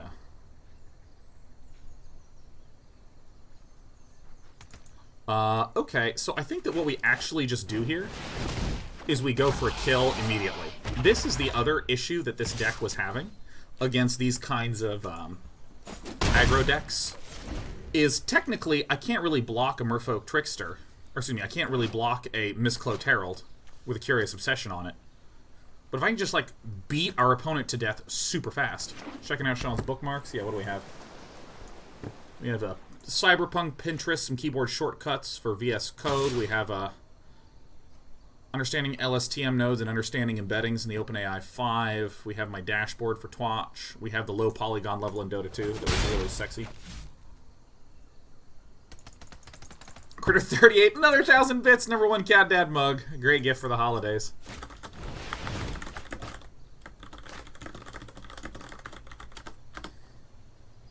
God, I freaking love my cats, dude. When Warkite Marauder attacks, a whole bunch of stuff occurs. So our opponent's tapped out, so plausibly we could just Cleansing Nova. But I think that if we start really just jamming and putting significant pressure on our opponent, if I swing with this, there could be a double block here, and that's good for us, basically. Think he knows the RBG hex code for his Shade of Orange by heart? Why, yes I do, Ziant. It's FFA71A. Yeah, see, this is what's nice about the Ripjaw Raptor. Imagine for a moment if this was a Gift of Paradise right now. It's like right in the middle of being kind of a way for us to deal with aggro by having a body instead of healing, and a way for us to just have some consistency with the card draw. See Natali in this deck for more deck to battlefield memes. What does Natali do? Natali. Primal Storm.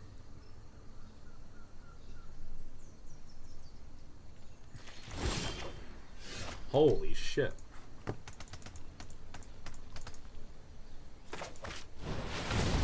Hello. That feels good.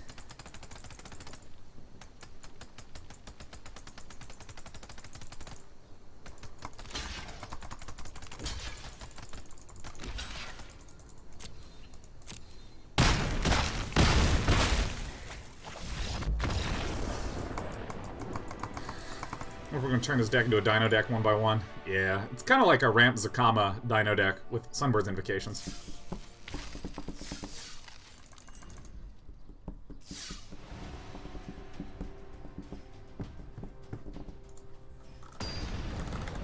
Here we frickin' go, dude.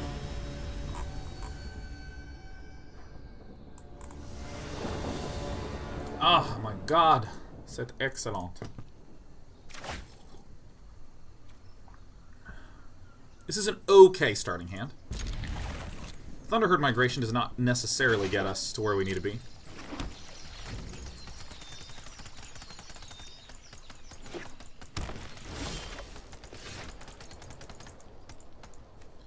Treasure map it is. This needs a dinosaur in hand. So again, this is another reason why I like the Ripjaw Raptors. It's giving us 14 total dinosaurs in the deck. We should just bonk the shit out of this deck. Assassin's Trophy does kind of hurt us a little bit. That's a really nice, good draw, huh? Yeah. Boop.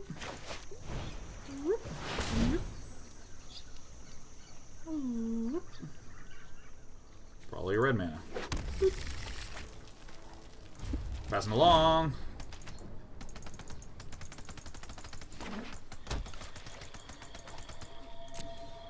Bring it on. Block. Big question, how do you jam Angrath into this deck? Ooh, yeah. Ooh. Ooh, you're speaking my language. What is on the top? Probably don't need that land. Probably do want to just make sure we're getting something juicy here. Probably don't need that land. Good. Thunderherd. See, now that the Assassin's Trophy is there, it kind of hurts our Sunbird's wishes, but that's alright. No fire, no smoke. I know it's dropping frames like crazy. It does appear to be the case that... Oh, yeah! Oh, come out. We dropped 350 frames just now. Man, a Rakan 82 is doing nothing. Yeah. That could be Assassin's Trophy to peel another land out of the deck, which is okay. Which is okay. We now have 1, 2, 3, 4, 5, 6, 7, 8 land. So there's that 2 out of 46 chance that we get Zacama Primal Mama. The Ouchers. 3 damage a turn. What are you, nuts?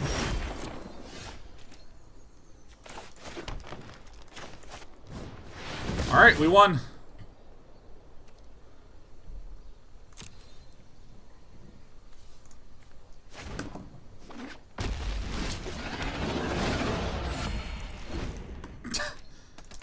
This gets around Eldest Reborn as well. Branch Walker, not a problem. Probably Deafening Clarion. Clear these bad boys out. Give lifesteal to this.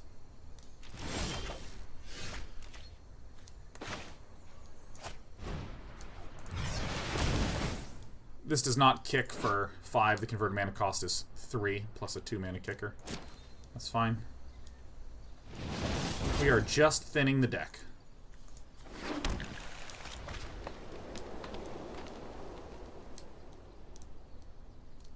Actually, I think I just do nothing. I don't see a reason to, like, try to clear all this garbage out.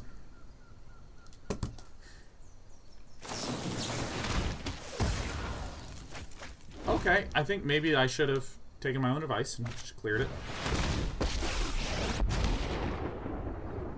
Oh, thank the stars! I'll make use of that later. I want you to have a swamp, my friend.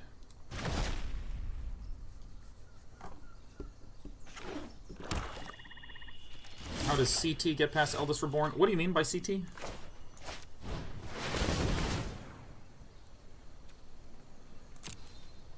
Wow, look at this.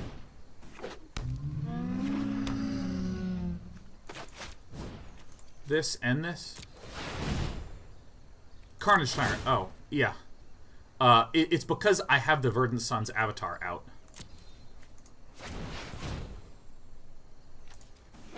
That, if Eldest Reborn gets played, I can sacrifice the avatar.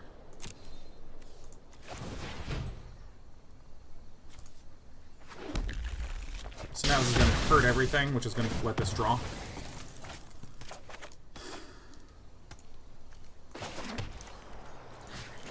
Bye, Karn. Misunderstood. I also probably misspoke, so it's all good. Bing bong! You're acting unwisely. Eldest Reborn. That is all good. Destroy it. Goodbye, my ripping friend. It's a nice synergy with the Clarion Raptor. Yeah. Regisaur Alpha also has good synergy with Clarion.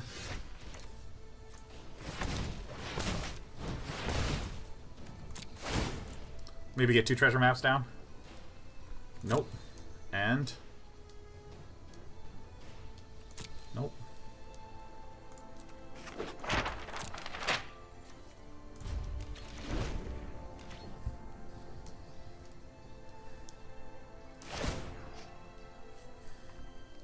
Fight them, you maggots!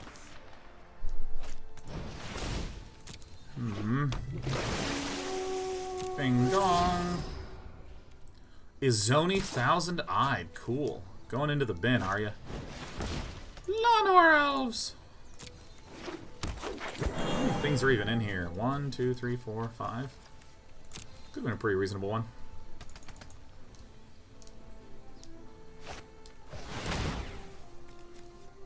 Oh, I see. That's cute.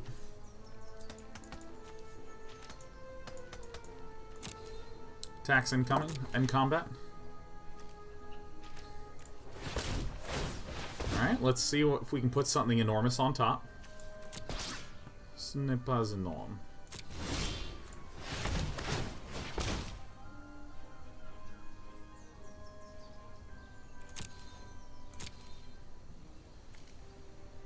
I'm done with this shit, man. Let's get something actually excellent. Tight.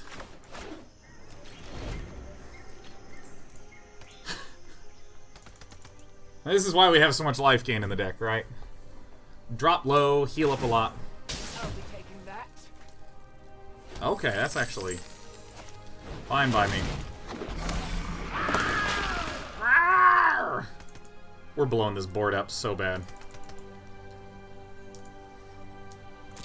I think that after this, put the rest on the bottom of your library in a random order. I wish it could, like, chunk off and show me where my dinos are.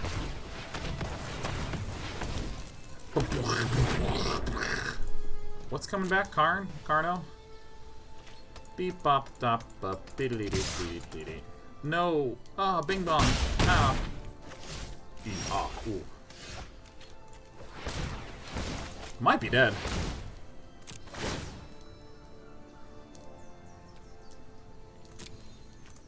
Play that one for free, that's good. We have so many scries coming up. There's almost no way we don't just do it here. So this is 1, 2, 3, 4, 5, 6, 7, 8, 9. 9 and 6 is 15. Alright, cool. We're in good shape. We're gonna clear this board.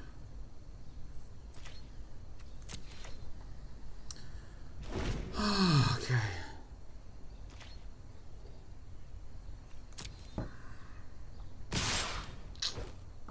No blocks. We're just gonna get bing bonged. Wow. Wow. Alright. Make your captain proud. Make your captain proud. Alright.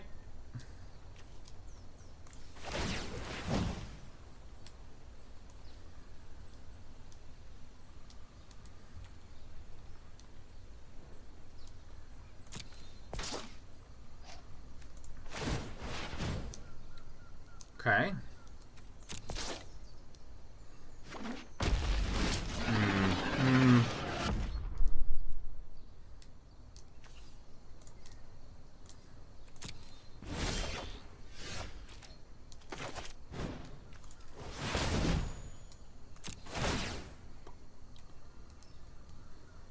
We're gonna decline this twice.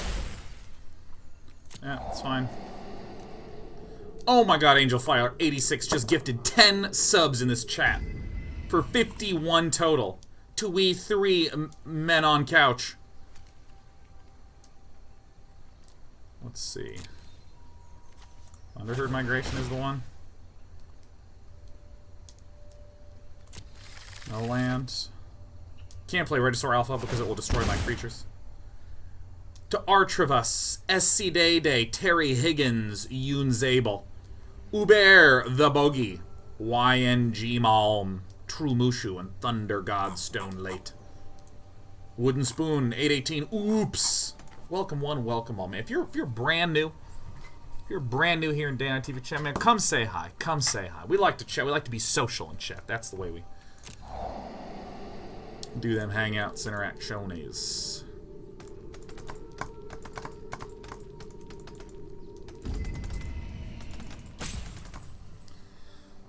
All right.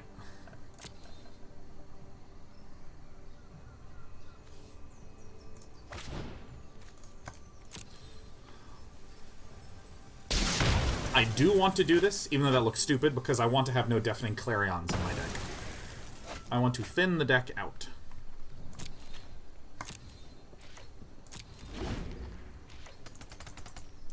See, occasionally I look. For instance, Senior Druid just subscribed. I want to say hi to Senior.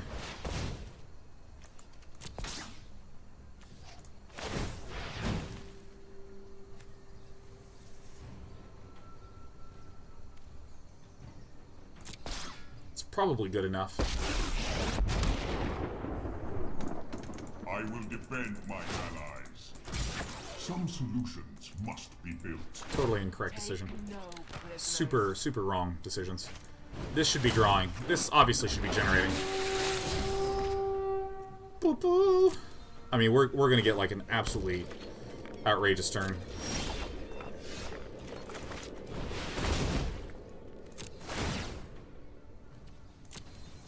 Whiff.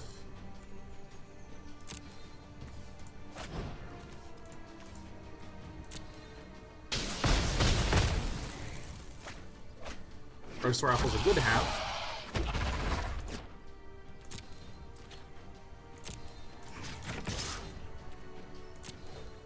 Get this card advantage card out of the way.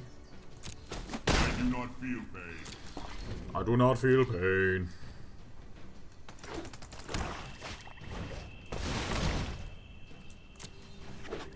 We're gonna get like we win next turn, just straight up. We just straight up win. There's no way to lose next turn. C'est impossiblement. Yeah, if you want to do that one, that's all good.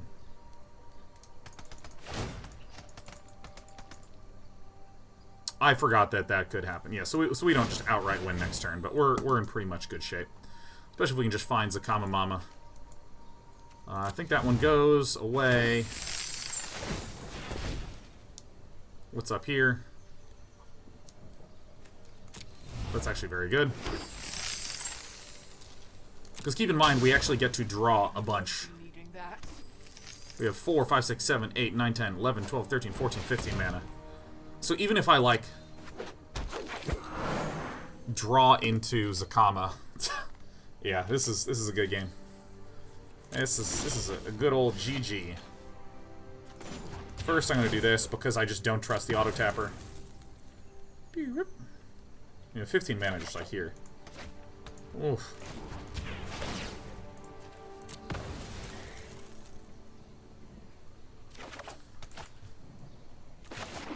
Why not? Alright, everyone, get ready. Boom.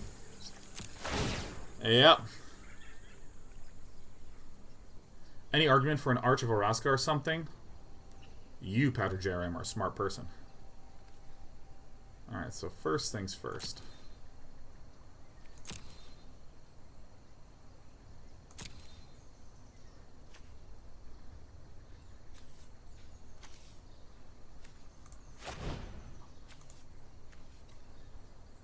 Alright, so the destroy happens first.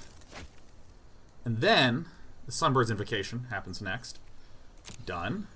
So we are going to take the Ripjaw Raptor, because that can attack this turn, thanks to this Regisaur Alpha. I think we can probably squeeze a single arch in there. I think we can probably squeeze a single arch in there, but possibly, maybe not. Maybe yes, maybe no. Alright, let's get, like, all the rest of our Regisaur Raptors that have ever lived.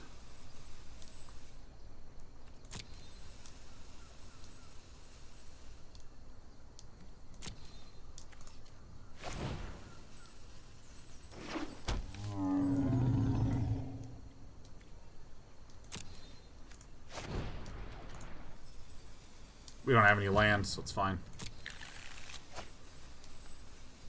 Oh, I should have Deafening Clarion.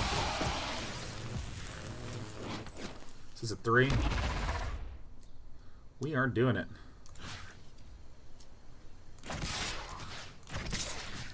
I'm being a little sloppy with this puppy, but we're mostly getting there. The Vivian's Invocation is actually really nice to get the Reginalds.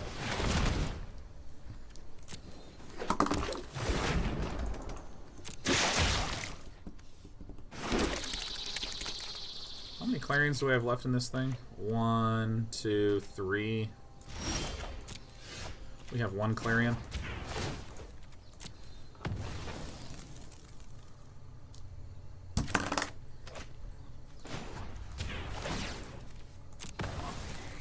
And we swing with the whole team.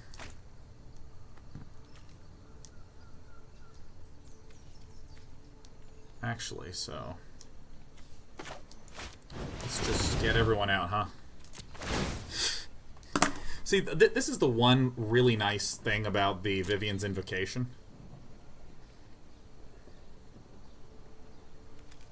Oh, I think I just do this and just win, yeah.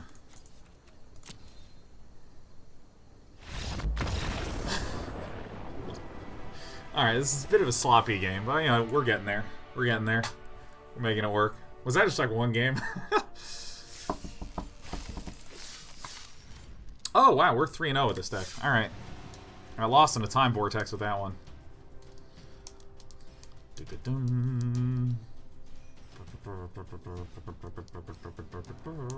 This is the thing that is really, really nice about Vivian's Invocation. We can play like a Verdant Sun avatar, which then looks at the top cards of our deck, and we can play Zacama straight from there. Yeah. Just get a plain old green.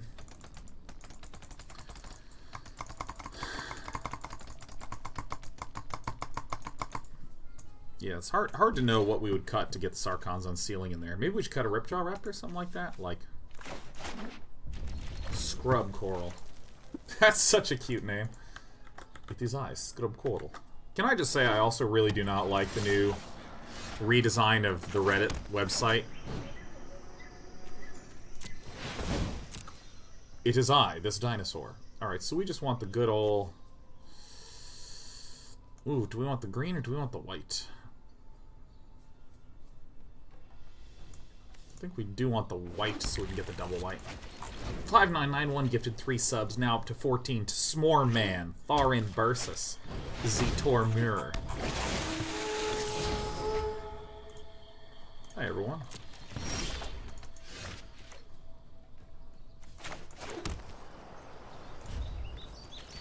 Well, they're gonna need to do nothing.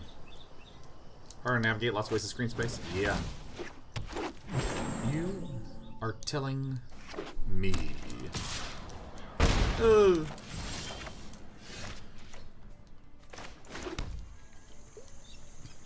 I think I actually have sufficiently much power with this other sweeper and the Cleansing Nova that I may as well do this now. Because if I can just get like a turn 5 Sunbird's Invocation and then the uncounterable Carnage Tyrant. Woo! Father Nine says I can never remember how many subs I've gifted. My goal is to try gifting subs so that my total is a prime number. Alright. Pay 2 life. Is 5991 a prime number? No, it's not. It's divisible by 3. Is it divisible by 9? No, it's not. 599, what do you want? Why do you want to do a prime number?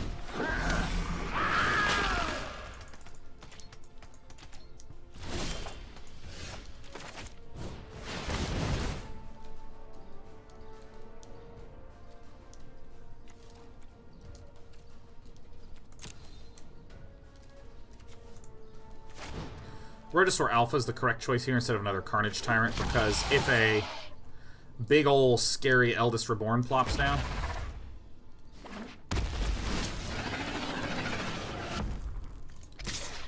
I can always sack this guy.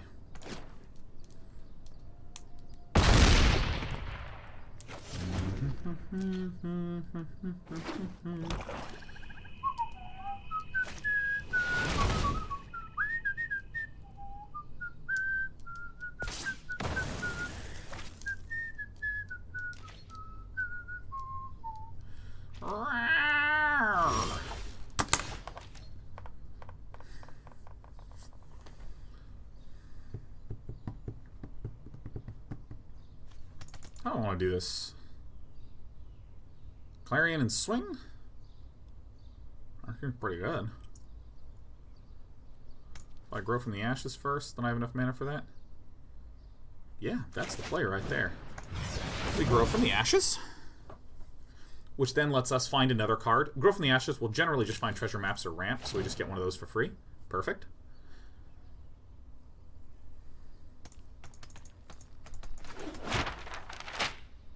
Yep. Yuppity-duppity-doo. What do I want to do? We gotta get one of the reds and one of the whites. Or at least one of them. So then we do both. Bing bong. Hit him with that dunzo. This could give us, again, some more ramp. It doesn't. This is okay. Now I swing in. Our opponent can block and trade away. Or not block. Regardless, we heal 7 with the Deafening Clarion. So we are going to 23.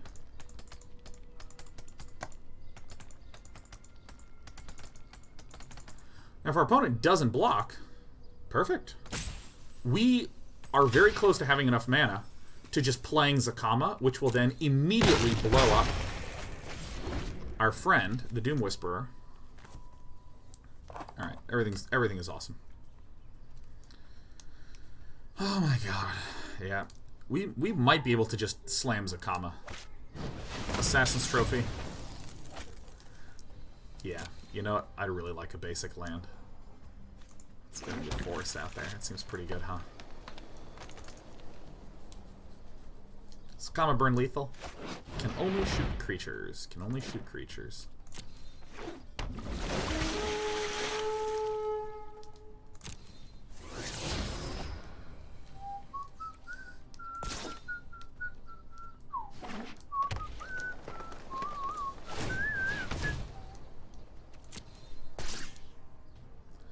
Mighty good card.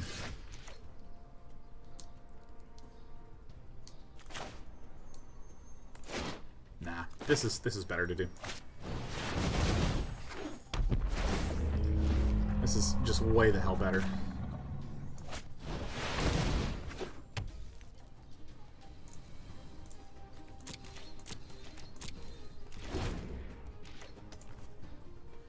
Vivian could be played.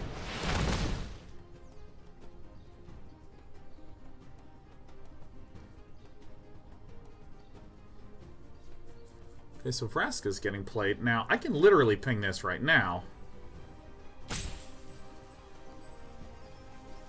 Yeah, I guess that's the play, huh?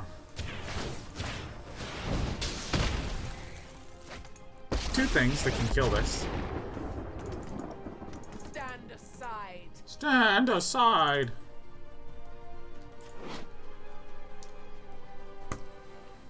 Destroy an artifact, creature, or enchantment. I have a feeling Zacama's getting killed.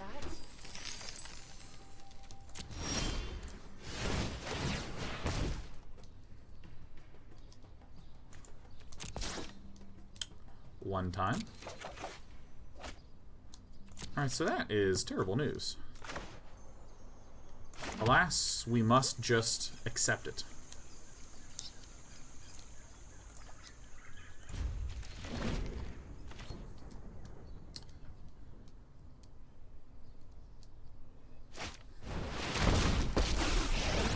So Vivian's gonna blow up our enchantment. Let's tear right? this place apart. No one said restoration was painless. My crew is the finest in Thanks to treasure maps, we still got some legs here. You know, I really think that Starsure would be nice here. Yeah, I'm really kind of in this boat with you. All right, nice. You got us. I think there are some optimizations to do here. Not you?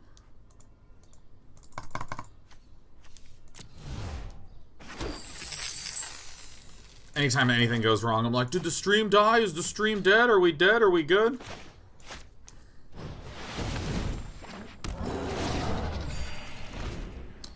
Why are we not playing Star of Extinction?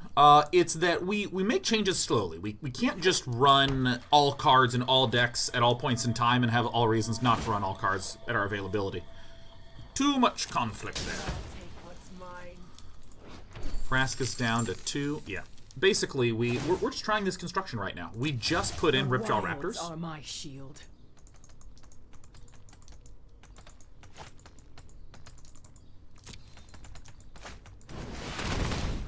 Like, it feels a little bit more like what we're actually identifying as sideboards. I think we're identifying some sideboard possibilities. Bing bong. You get a 2 Star of Extinctions. Okay, let's try to draw something good.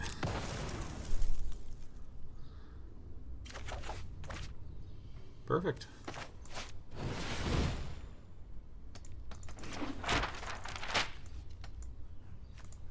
I think both of our Cleansing Novas are down. Just one. Oh, I should have played this and scryed first. That was my bad. I was thinking Arch of Orazca. Just one. Just one would be good. Cut 1 forest, put in 1 Arch of Orazca. I think that's good. I think it's plausible.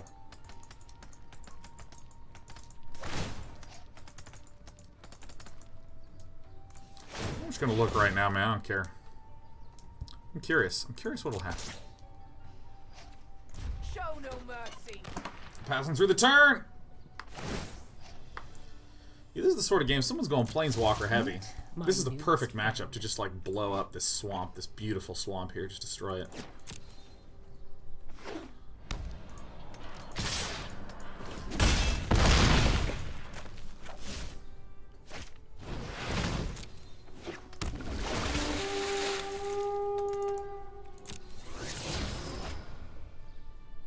You are a very good cat. Okay. Okay, let's try to find a spot, like a good spot, right? Alright, let's go to my turn. Let's scry. Pretty scry. Alright, cool. And let's draw. Okay. Good. Nice. Let's just enter this puppy tapped. Let's go ahead and sack a creature. Alright, just where do you want to sit? Okay. It's a bit more mid-game. Nah. Ow. I think Star of Extinction is good. Just another little clearer for emergencies like this. Yeah. I'm going to go ahead and hit the concession button. 1, 2, 3, 4, 5, 6, 7, 8. Exact lethals. Yeah, it's a good cat. I think it's our second loss. Or is that our first one on this run? I don't know. I have a good sense of how we're doing on this run. Wow, we're 3-1. Alright. Sideboard for this deck yet? We're working towards it. I think I want to do just a few more tweaks, and then I actually think that I'm ready to do some competitive. Does deck have too many lands? Seem to be consistently land swamped. We're hitting expectation on lands. We really are. Ow. Ow. Ow, ow, ow, ow, ow, ow, ow, ow, ow. I know you're happy and I know you love Dad, but for God's sake, that's my knee. I need that. Let's get the kitty cam going. Ah. The Ripjaw so far, I haven't really played enough games.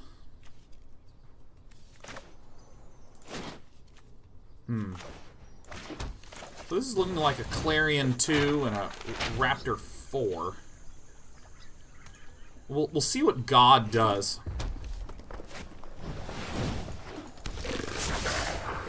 It's such a good freaking cat. This really depends a lot on what we draw here. Alright, yeah, I think I'm just gonna Clarion this turn.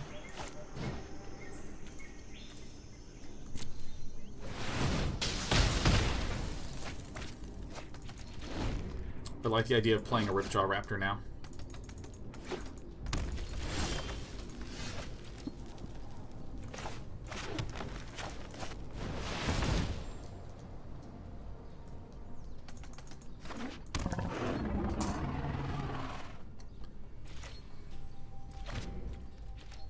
Look at this little cat, man. Look at this little sweet cat. The Kindling Phoenician.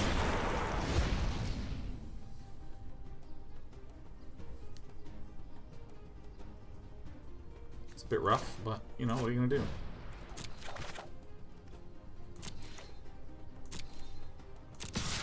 This is only bad if our opponent has a Gitu Lava Runner.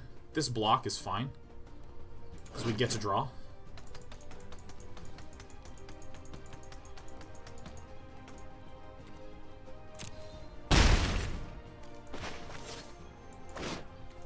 This is the one that we want to do right now. We have the white mana we need. We have the red mana we need. I think we just still want to peel them out in here.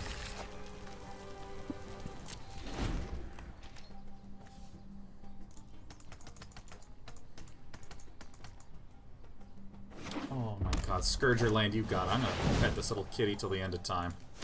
Okay, so this is the more of the mid-rangey red deck. Got it. Probably the one that we do want, right?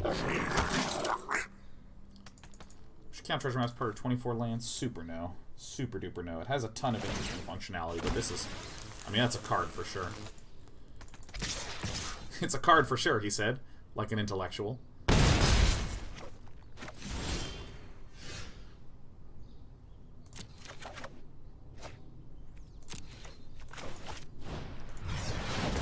super definitely is this.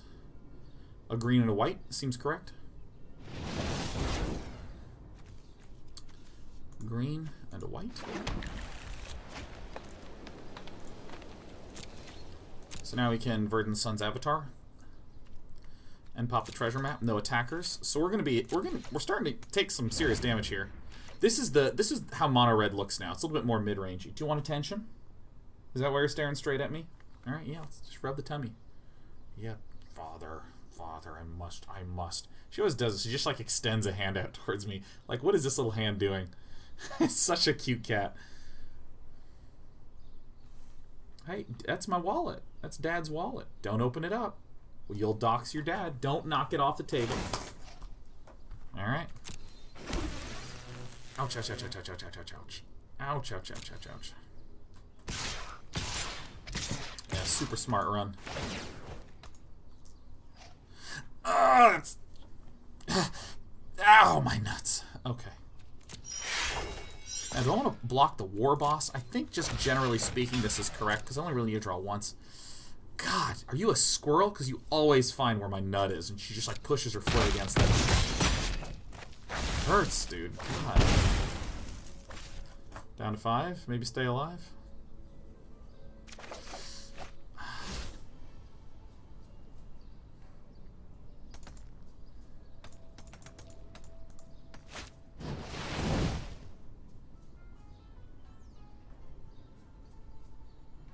Okay, Banefire for 3. Do I actually want this mana? Probably not. Probably just want more Verdants. Whoop.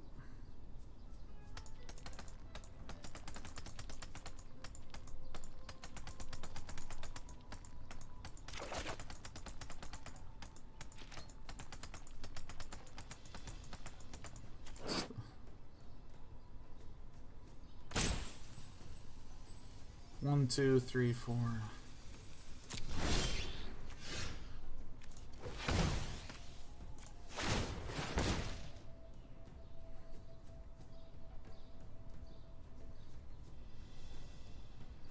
Probably not these, even.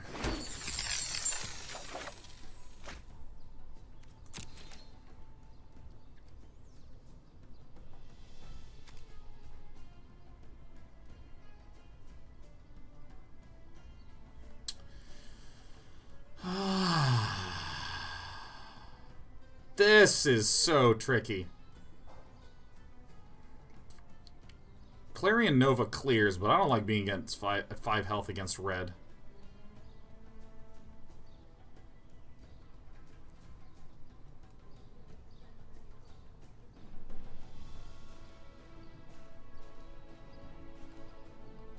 We're effectively at 5 health next turn anyways.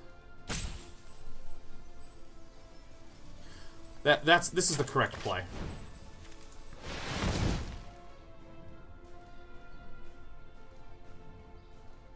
Because if we do this, we're at 5 and they have an empty board.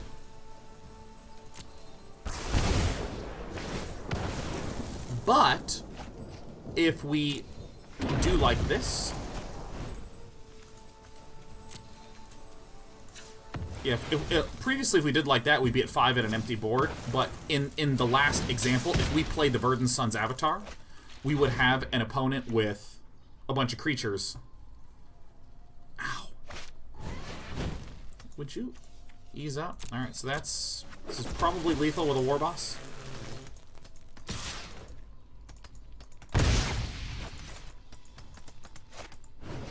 Yep. Probably dead. That was close enough.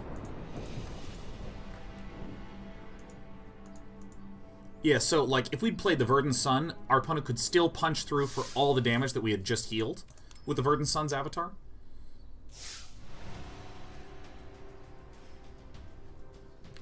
That's a really good Scritchy, huh? Oh my god, look at just the absolute pleasure that this cat is experiencing. Yep, I can do the chin. Perfect. It's a happy cat.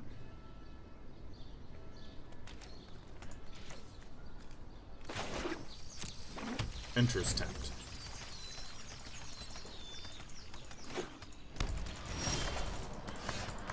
I also need to remember to treasure map when we're getting hit by the Ripjaw Raptor. Reveal a dinosaur. Ah! Ow! God damn it! You just step on my balls and then I try to move you and you dig your claws into my knees. Fuck! You are just such a bad decision maker. God. Ah! Nope! Nope! Nope! Don't bite me! Get off! Ah! Oh my god! It all hurts so bad. Oh my god! This cat. I start to move, and when she doesn't want me to move, she just bites my leg. So she's just like getting in there, and I'm like, stop it so much. Fuck. Oh god. Sheriff just sits there. Sheriff literally just like, you like pick her up and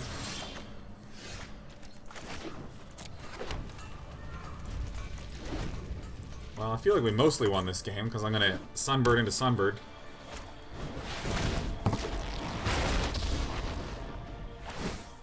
An unfortunate casualty. Sheriff is the chillest cat I've seen. Sheriff is a little chill sweetheart. All she likes is sensation.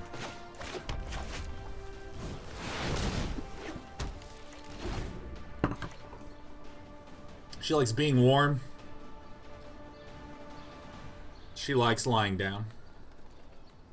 She likes rubbing her face on various objects in the house. Vivian Reed into destroy Sunbird's Invocation.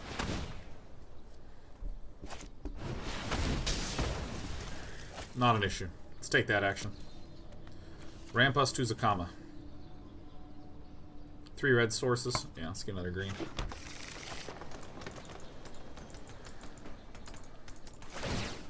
Everyone is expendable.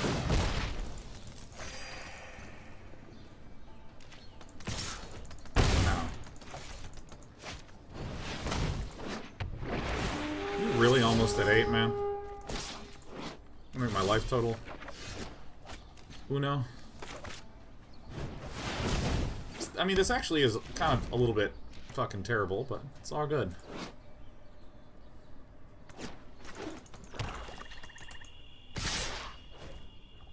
Here's a really good cat. This will make our heals effectively not matter. Maybe I want the 3 Clarions? 3 Clarions? Triple Clarion? Pain is weakness leaving the body. Pain is weakness leaving the body.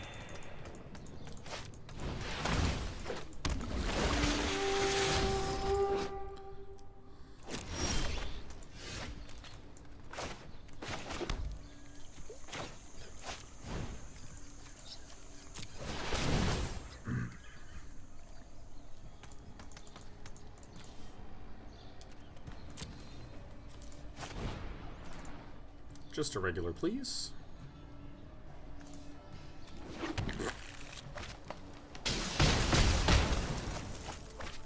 Alright. We are, in a way, okay. In a sense. Wow. Thunderherd Migration. I'll pay the 1. Oops, that should have been red mana.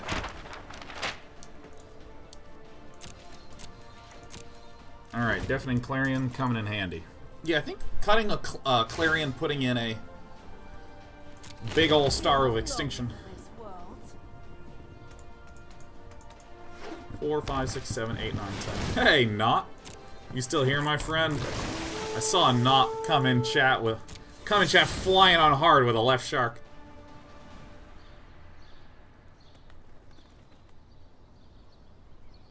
The ouchies.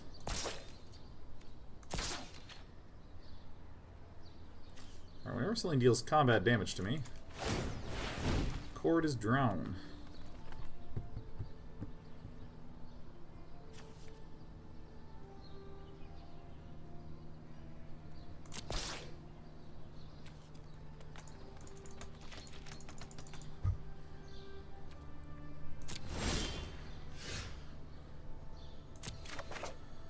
That's going to be a good one. Alright, let's play Zacama, which will then permit us. Just hit that sweet done button.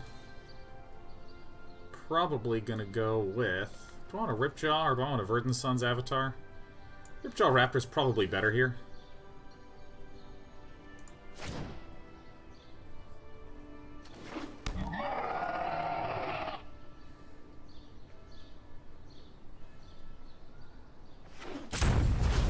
Burden feels like more value. If our opponent ever deals combat damage to us, we lose the game. So healing doesn't really matter anymore, as far as I'm concerned. Alright, Sunbird's Invocation.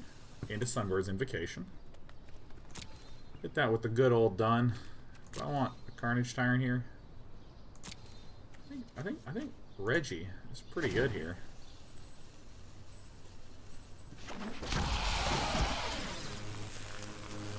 Ba-boom. Oh, Reggie down. Reggie down.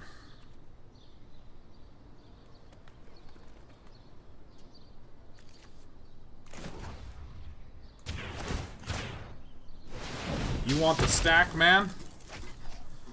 We got stacks for days.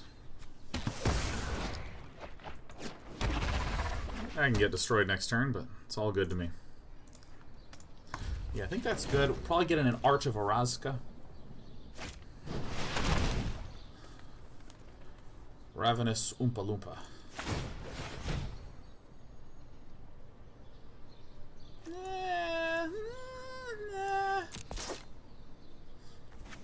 When this enters the battlefield, it blows up a thing that costs 9.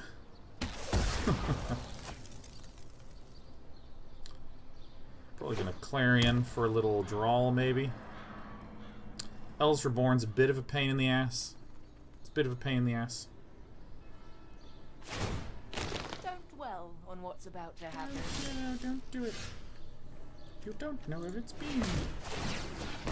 I mean, no. We don't want that. And a draw. Alright.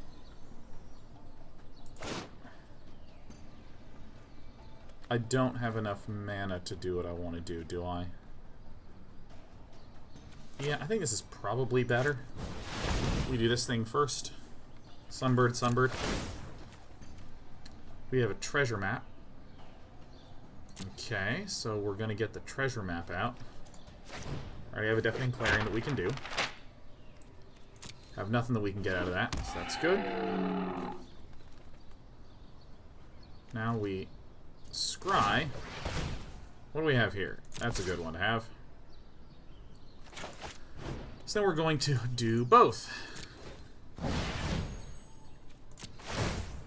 Oh, of course, Zacama's on top. Herb-a-derb-a-derb-a-der.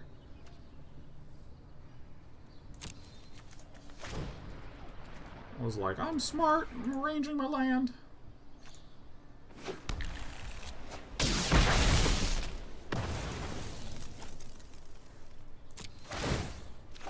Yeah, I like these Ripjaws.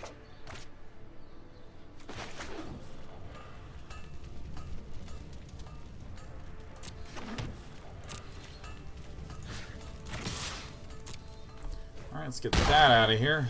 Pathetic. Pathetic. I think we're going to be up against an Eldest Reborn here. It's feeling like it.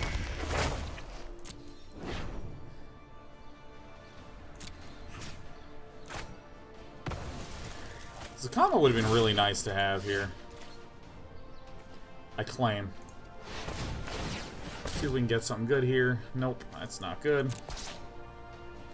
Alright, let's try to get something good here. It's okay.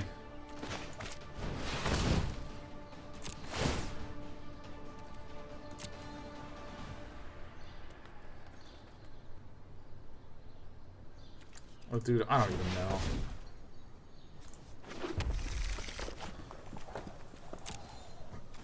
Maybe these Ripjaw Raptors are not actually as helpful as I like.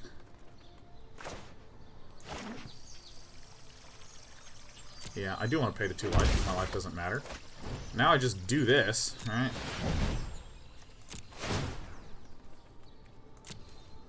Doesn't matter. There's nothing to put onto the battlefield. Alright, that's fine.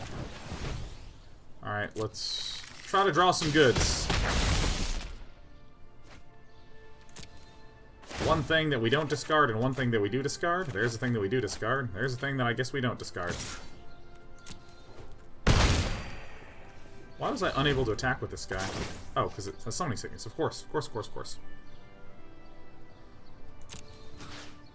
The Rootbound Crag has been claimed from me.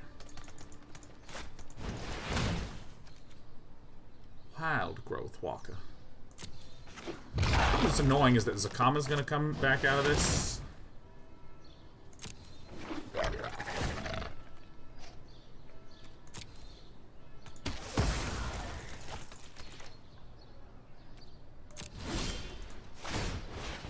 And we draw a Verdant Sun's Avatar, which seems good.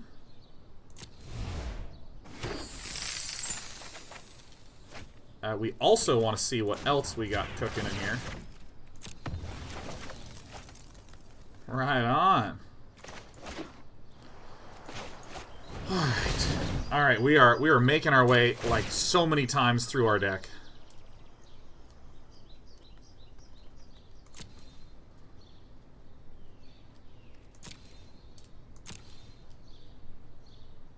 We actually need the Sunbirds, huh?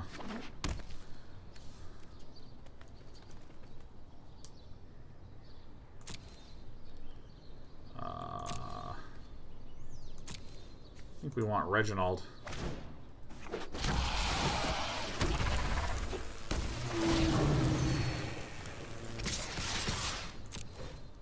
Oh, we fucked up! I forgot that this emblem is here.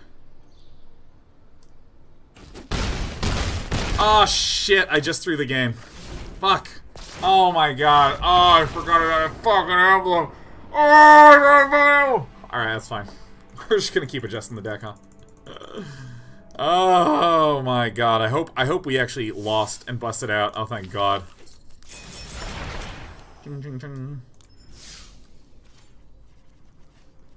Alright. Dex. Make me so happy. Okay. So some of the things that I am seeing is I actually really kind of miss Vivian's Invocation. So it's a nice little card to have. It let us fish something out. Like if we cut one of these puppies...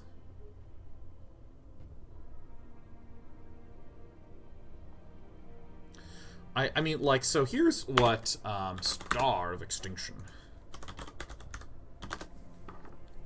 Star of... I don't know how to spell extinction, man. E-X-T. I thought there was a C in there at the start. See, I think this is a reasonable thing to do. I also think this and Arch of Orazca. Hello. Just a little more card draw. I don't think I want more than one in here. I can plausibly envision 2. Well, the deck was doing better yesterday. No, I think it's doing better today. There's a difference between the quality of the deck and the wins that it's marking down. Yesterday was like super high-end, super greedy. We might not need this many Ripjaw Raptors, though.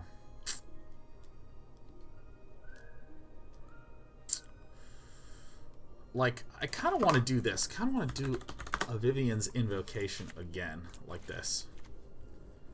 Because it is a way to get Zacama down, is a way to get a big thing down, and then blow an enemy dude up. Blows out a lot of decks, but it does kind of seem a little bit like overkill. I'm going to leave it alone.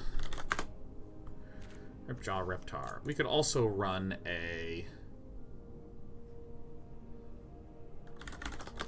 Immortal Sun, like this. I'll also do something like this. I'm starting to feel a little bit better about this low end, though. Ripjaw Raptors help a lot. Let's try something like this. Let's try something like this.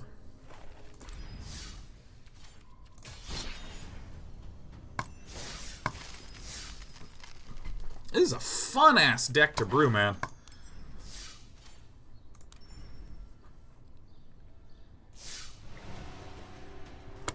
We could arguably also try to get in a Geshath.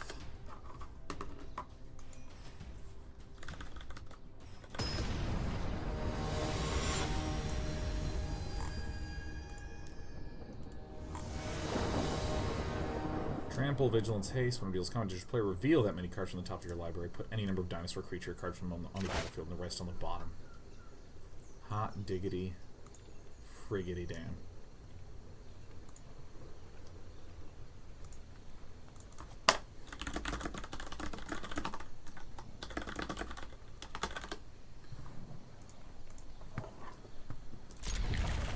Seems good enough.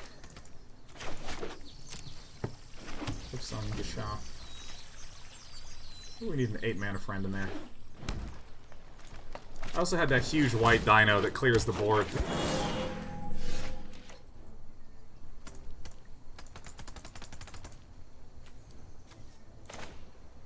So we do this, and then we reveal the dino.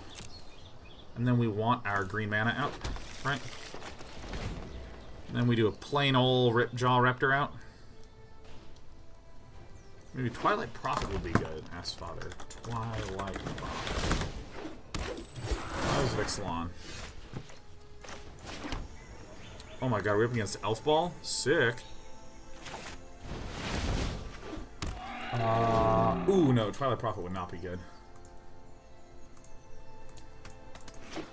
Elves versus Dinos. We did put in a Star of Extinction. We did put in some of the goods. Marwind, Nurture. Oh my god, Cookie J is elf balling on me. Oh, Lieutenant!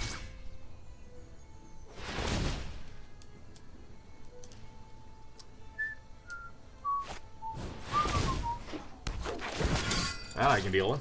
I think I just kind of chill here for the time being. Enters tapped.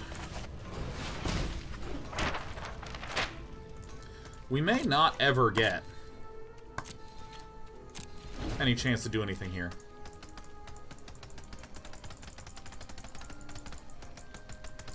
I think the deck is mostly good. We just need a little bit more consistency once we have the Sunbirds out, I think.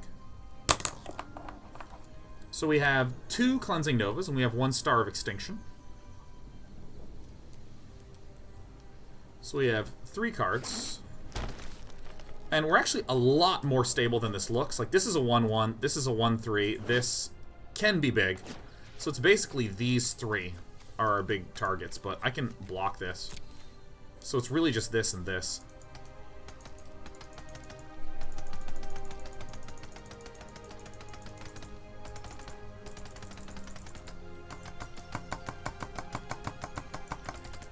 I want to pay 2 life and Sunbirds for more potential pressure, because we can't cast it. This is 5 mana, and this costs 6. Alright, so I think I actually do the trade here, like 100%. If our opponent is running like Titanic Growth, I'm just going to be like, oh! And this is going to get buffed up.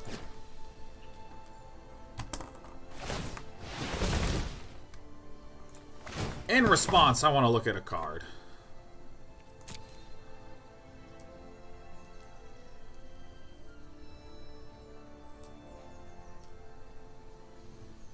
Do we think this is good enough? Probably. It's probably what we gotta do. Give me that Clarion.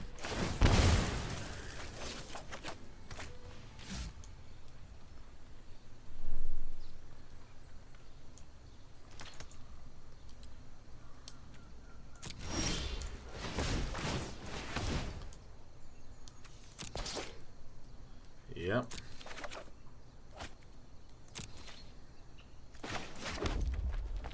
So, what we arguably could have done is not done that and run out the Sunbirds, but still learning.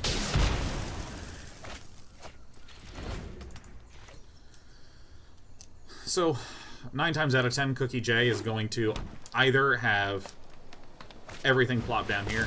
Yeah. I just need to not be on a 2-turn clock, is what I need to do.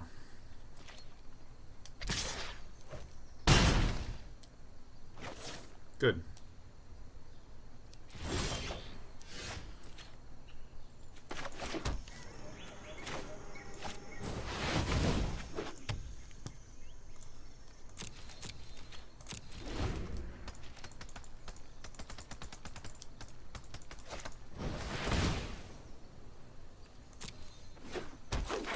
This is okay.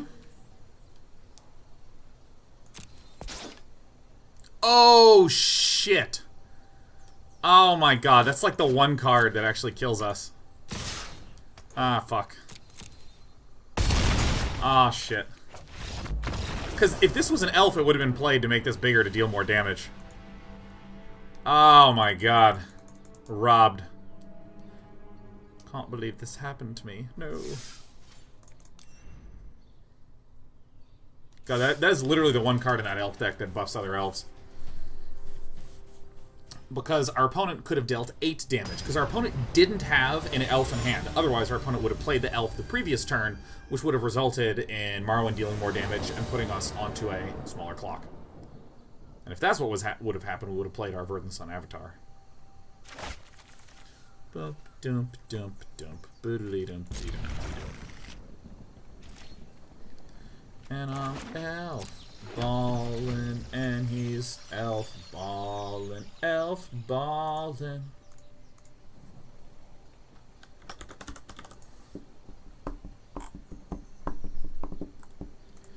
You know, I think that's one of those situations where, like, even though that sucks, I think that is any time you felt like you got robbed, where you're just like, oh, it's so not fair, oh my god, blah, blah, blah, blah, blah.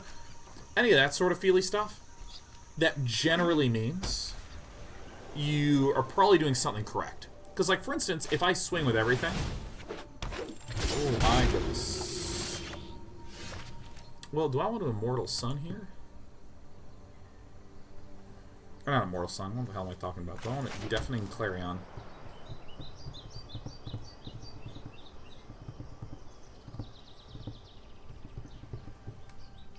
I actually don't.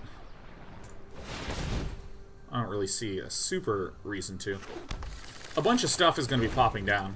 This is this token deck. It's not going to have any super hugeness to it. But anyways, like, if, for instance, if my opponent could have a Bing Bond straight a pond.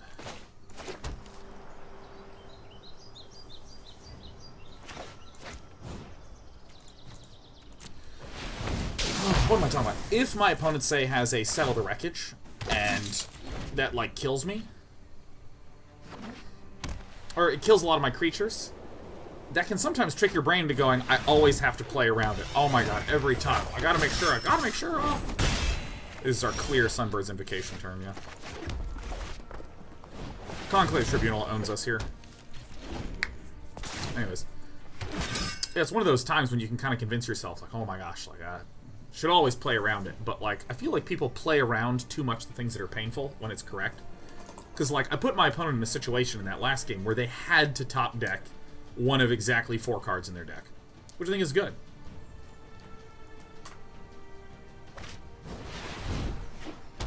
Alright, we'll take another 5. We're staying alive.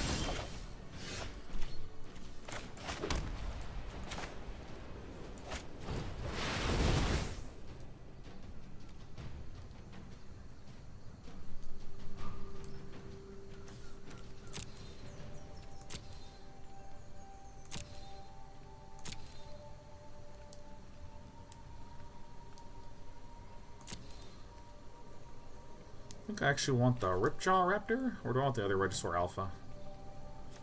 I think I want to go wide. I think we go wide. Everyone has haste, but no one attacks. Trade my Regis in here.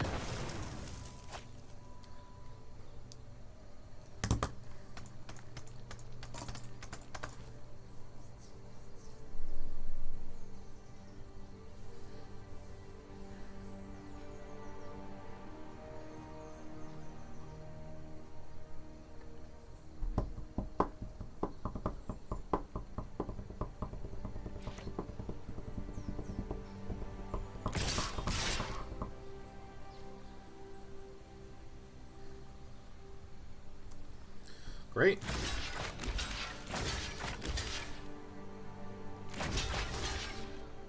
Like that. That's probably right.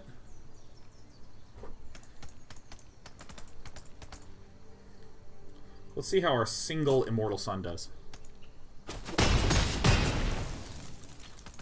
That's pretty good. Pretty good blocks.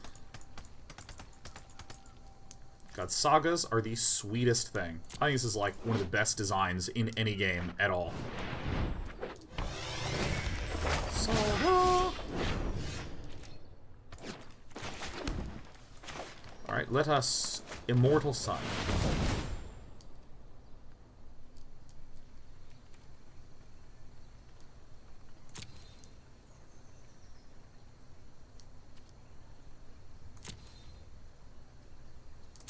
I think I actually double Sunbirds here, man. This is sort of shutting down the aggression. This is making everything cheaper.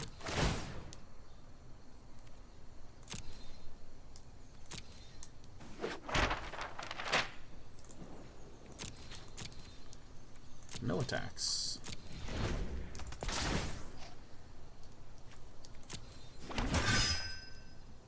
Alright, so now we have a turn to try to get some goods here, but Immortal Sun lets us draw, cheapens everything. This is a spell reduction too, it doesn't actually change the converted mana cost.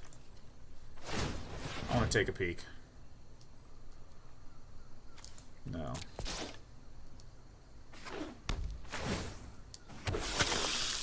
Okay. I can't believe we've just been playing this one deck all day, and it still feels so fun, man.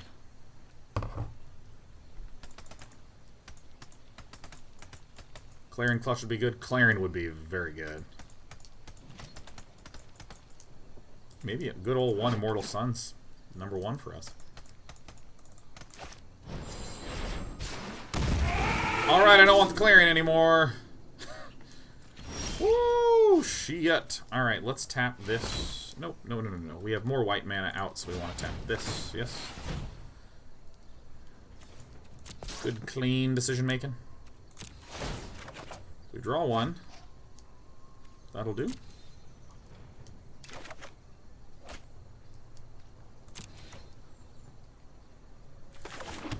Well.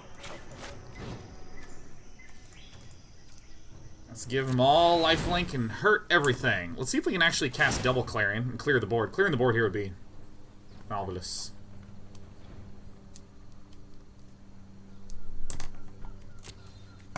Take that for free.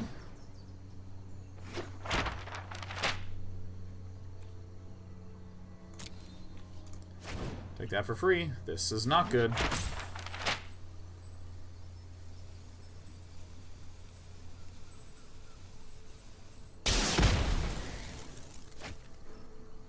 Okay, so we could swing right now. And... yeah, no, we actually can't swing right now. Wait, does our opponent have lethal? Yeah, no, our opponent has lethal here. That just kind of sucked. Even if we did swing and gain health. Because we can only block 2. Crap. Close enough. Swinging for 9 health would have caused us to lose more damage. Because we can swing for 9, but we can block 12. So. I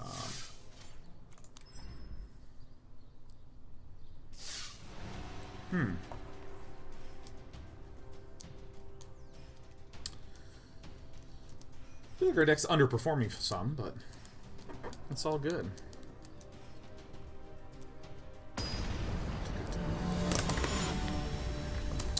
Could arguably have not gotten the second Sunbird's Invocation, but I had the Immortal Sun out, so.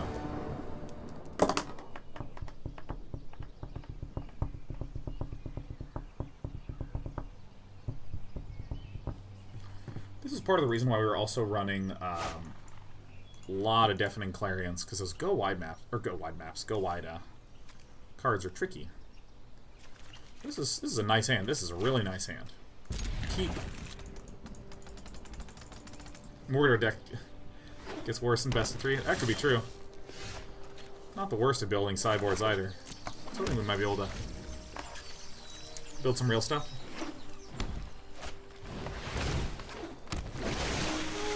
If we're top meta deck, we should still be close to a 50% win rate, you know, so I'm not that torn up about these games. These games are interesting. Reveal a dinosaur. Oh, that's right, I get to choose. I think we generally want to steer towards the plains as some of our first things picked. Drawing a land off the top would be the absolute nuts.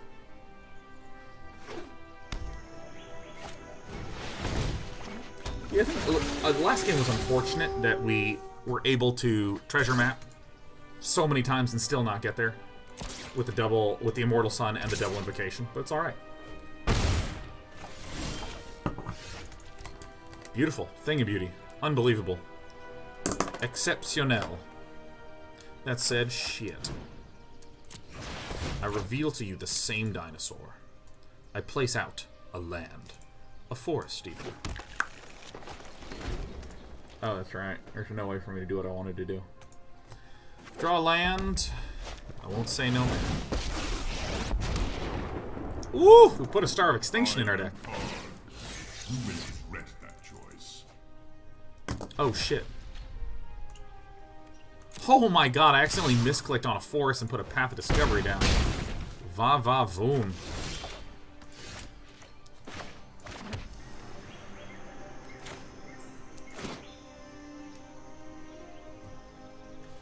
Oh, this is like literally the derpiest, simplest move here, but this is one of the reasons why we're also running a Regisaur Alpha.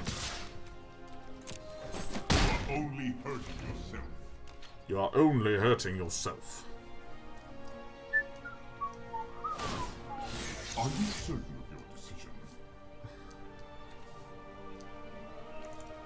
Fiery Cannonade, 100%.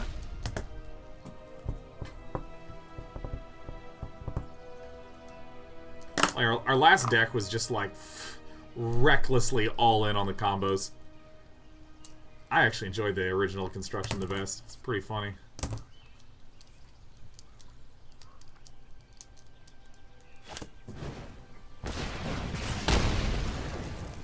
Yow! Yeah, you can swing in, that's fine.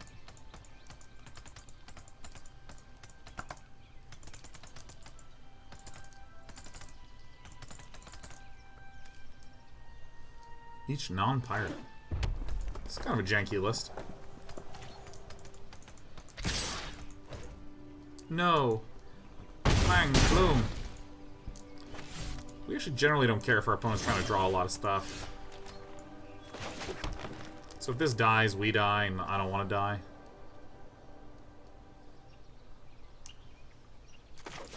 Yeah. I should have done this earlier. Goodbye. Play something that makes his creatures indestructible. We just like 0-3 out, and it's like, no, my awesome deck. Ah. Alright, here's what we're going to do. We're going to take a break after we bust out of this constructed event. Then we're going to build a sideboard for this ridiculous Naya thing. Can't swing into Karn first? Whoa, sorry. Whoa, whoa, whoa. Some real basic malfunctionings in the brain happening right now. Yeah, I don't want that kicked fight with fire. Yes, I could feel some of my brain just starting to kind of slow down, and I was like, should probably do a break. Do nothing, please. We're begging a Gruul Wildwalker deck to please do nothing. And so it begins. Bing bong. Up magic page Sean to not kill Karn first. What a meme, Patrick JRM. What a meme, an up magic meme. Oh my god, it's so on brand for this episode. Oh, Up Magic was a Korean Terran who was known for being unusually creative, but also just a very, very good player. But he was like one of the most extreme of creativity. Like a lot of people like Bisu, people call him, are kind of creative, but he... Take a Jade Light Ranger. No, actually, I should have given the Experimental Frenzy, because our opponent has a handful of stuff. Doesn't want to just drop the Frenzy right now. Anyways. Yeah, and I just provided the tool that buffs the thing that I don't want buffed. Any frickin' ways. So, Up Magic, super creative, super good Terran. All around. An all-around excellent dude.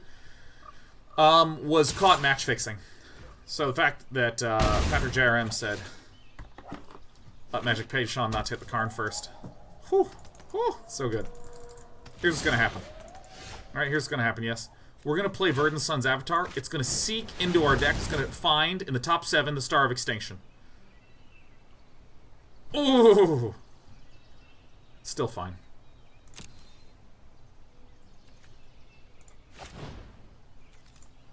This comes out first. It's a bit atypical to actually successfully get a Verdant Sun's Avatar with a Cleansing Nova on the stack. Hashtag the stack.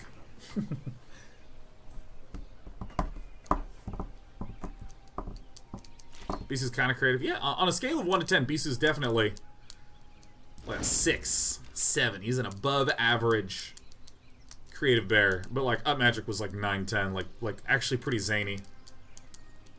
Like getting medics with optic flare to blind observers so he could go mass vultures with mines. Like, just, it's a lot better to just put a siege tank behind the mines so you can shoot the thing that's trying to mess with the mines. Like, it just makes more sense. Denunciator says, man, life still bums me out. Like, I can't believe life was involved in match fixing. Yep. It is a grand problème.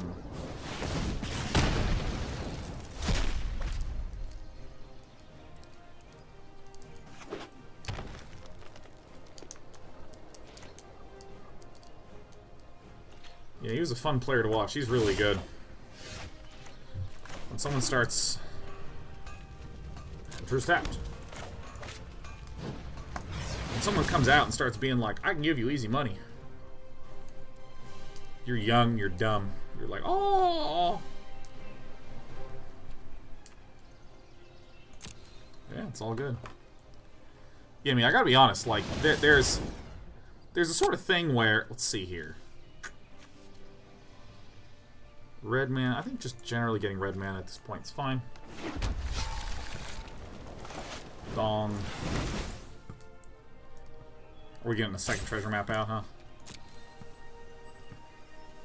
Our opponent's getting pretty close to being able to just minus.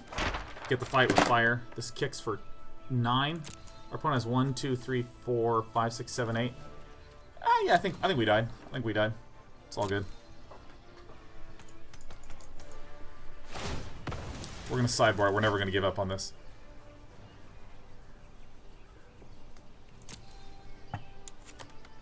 But yeah, I mean, I think there's this thing that winds up happening if you are, like, you know...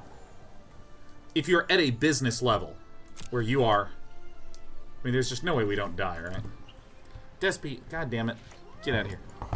Nope, come on. Where, like, if you are at a business level, you are seeing... Tons of money come in, tons of money go out, tons of money come in, tons of money go out, and so on and so forth. You can actually see and feel at a business level.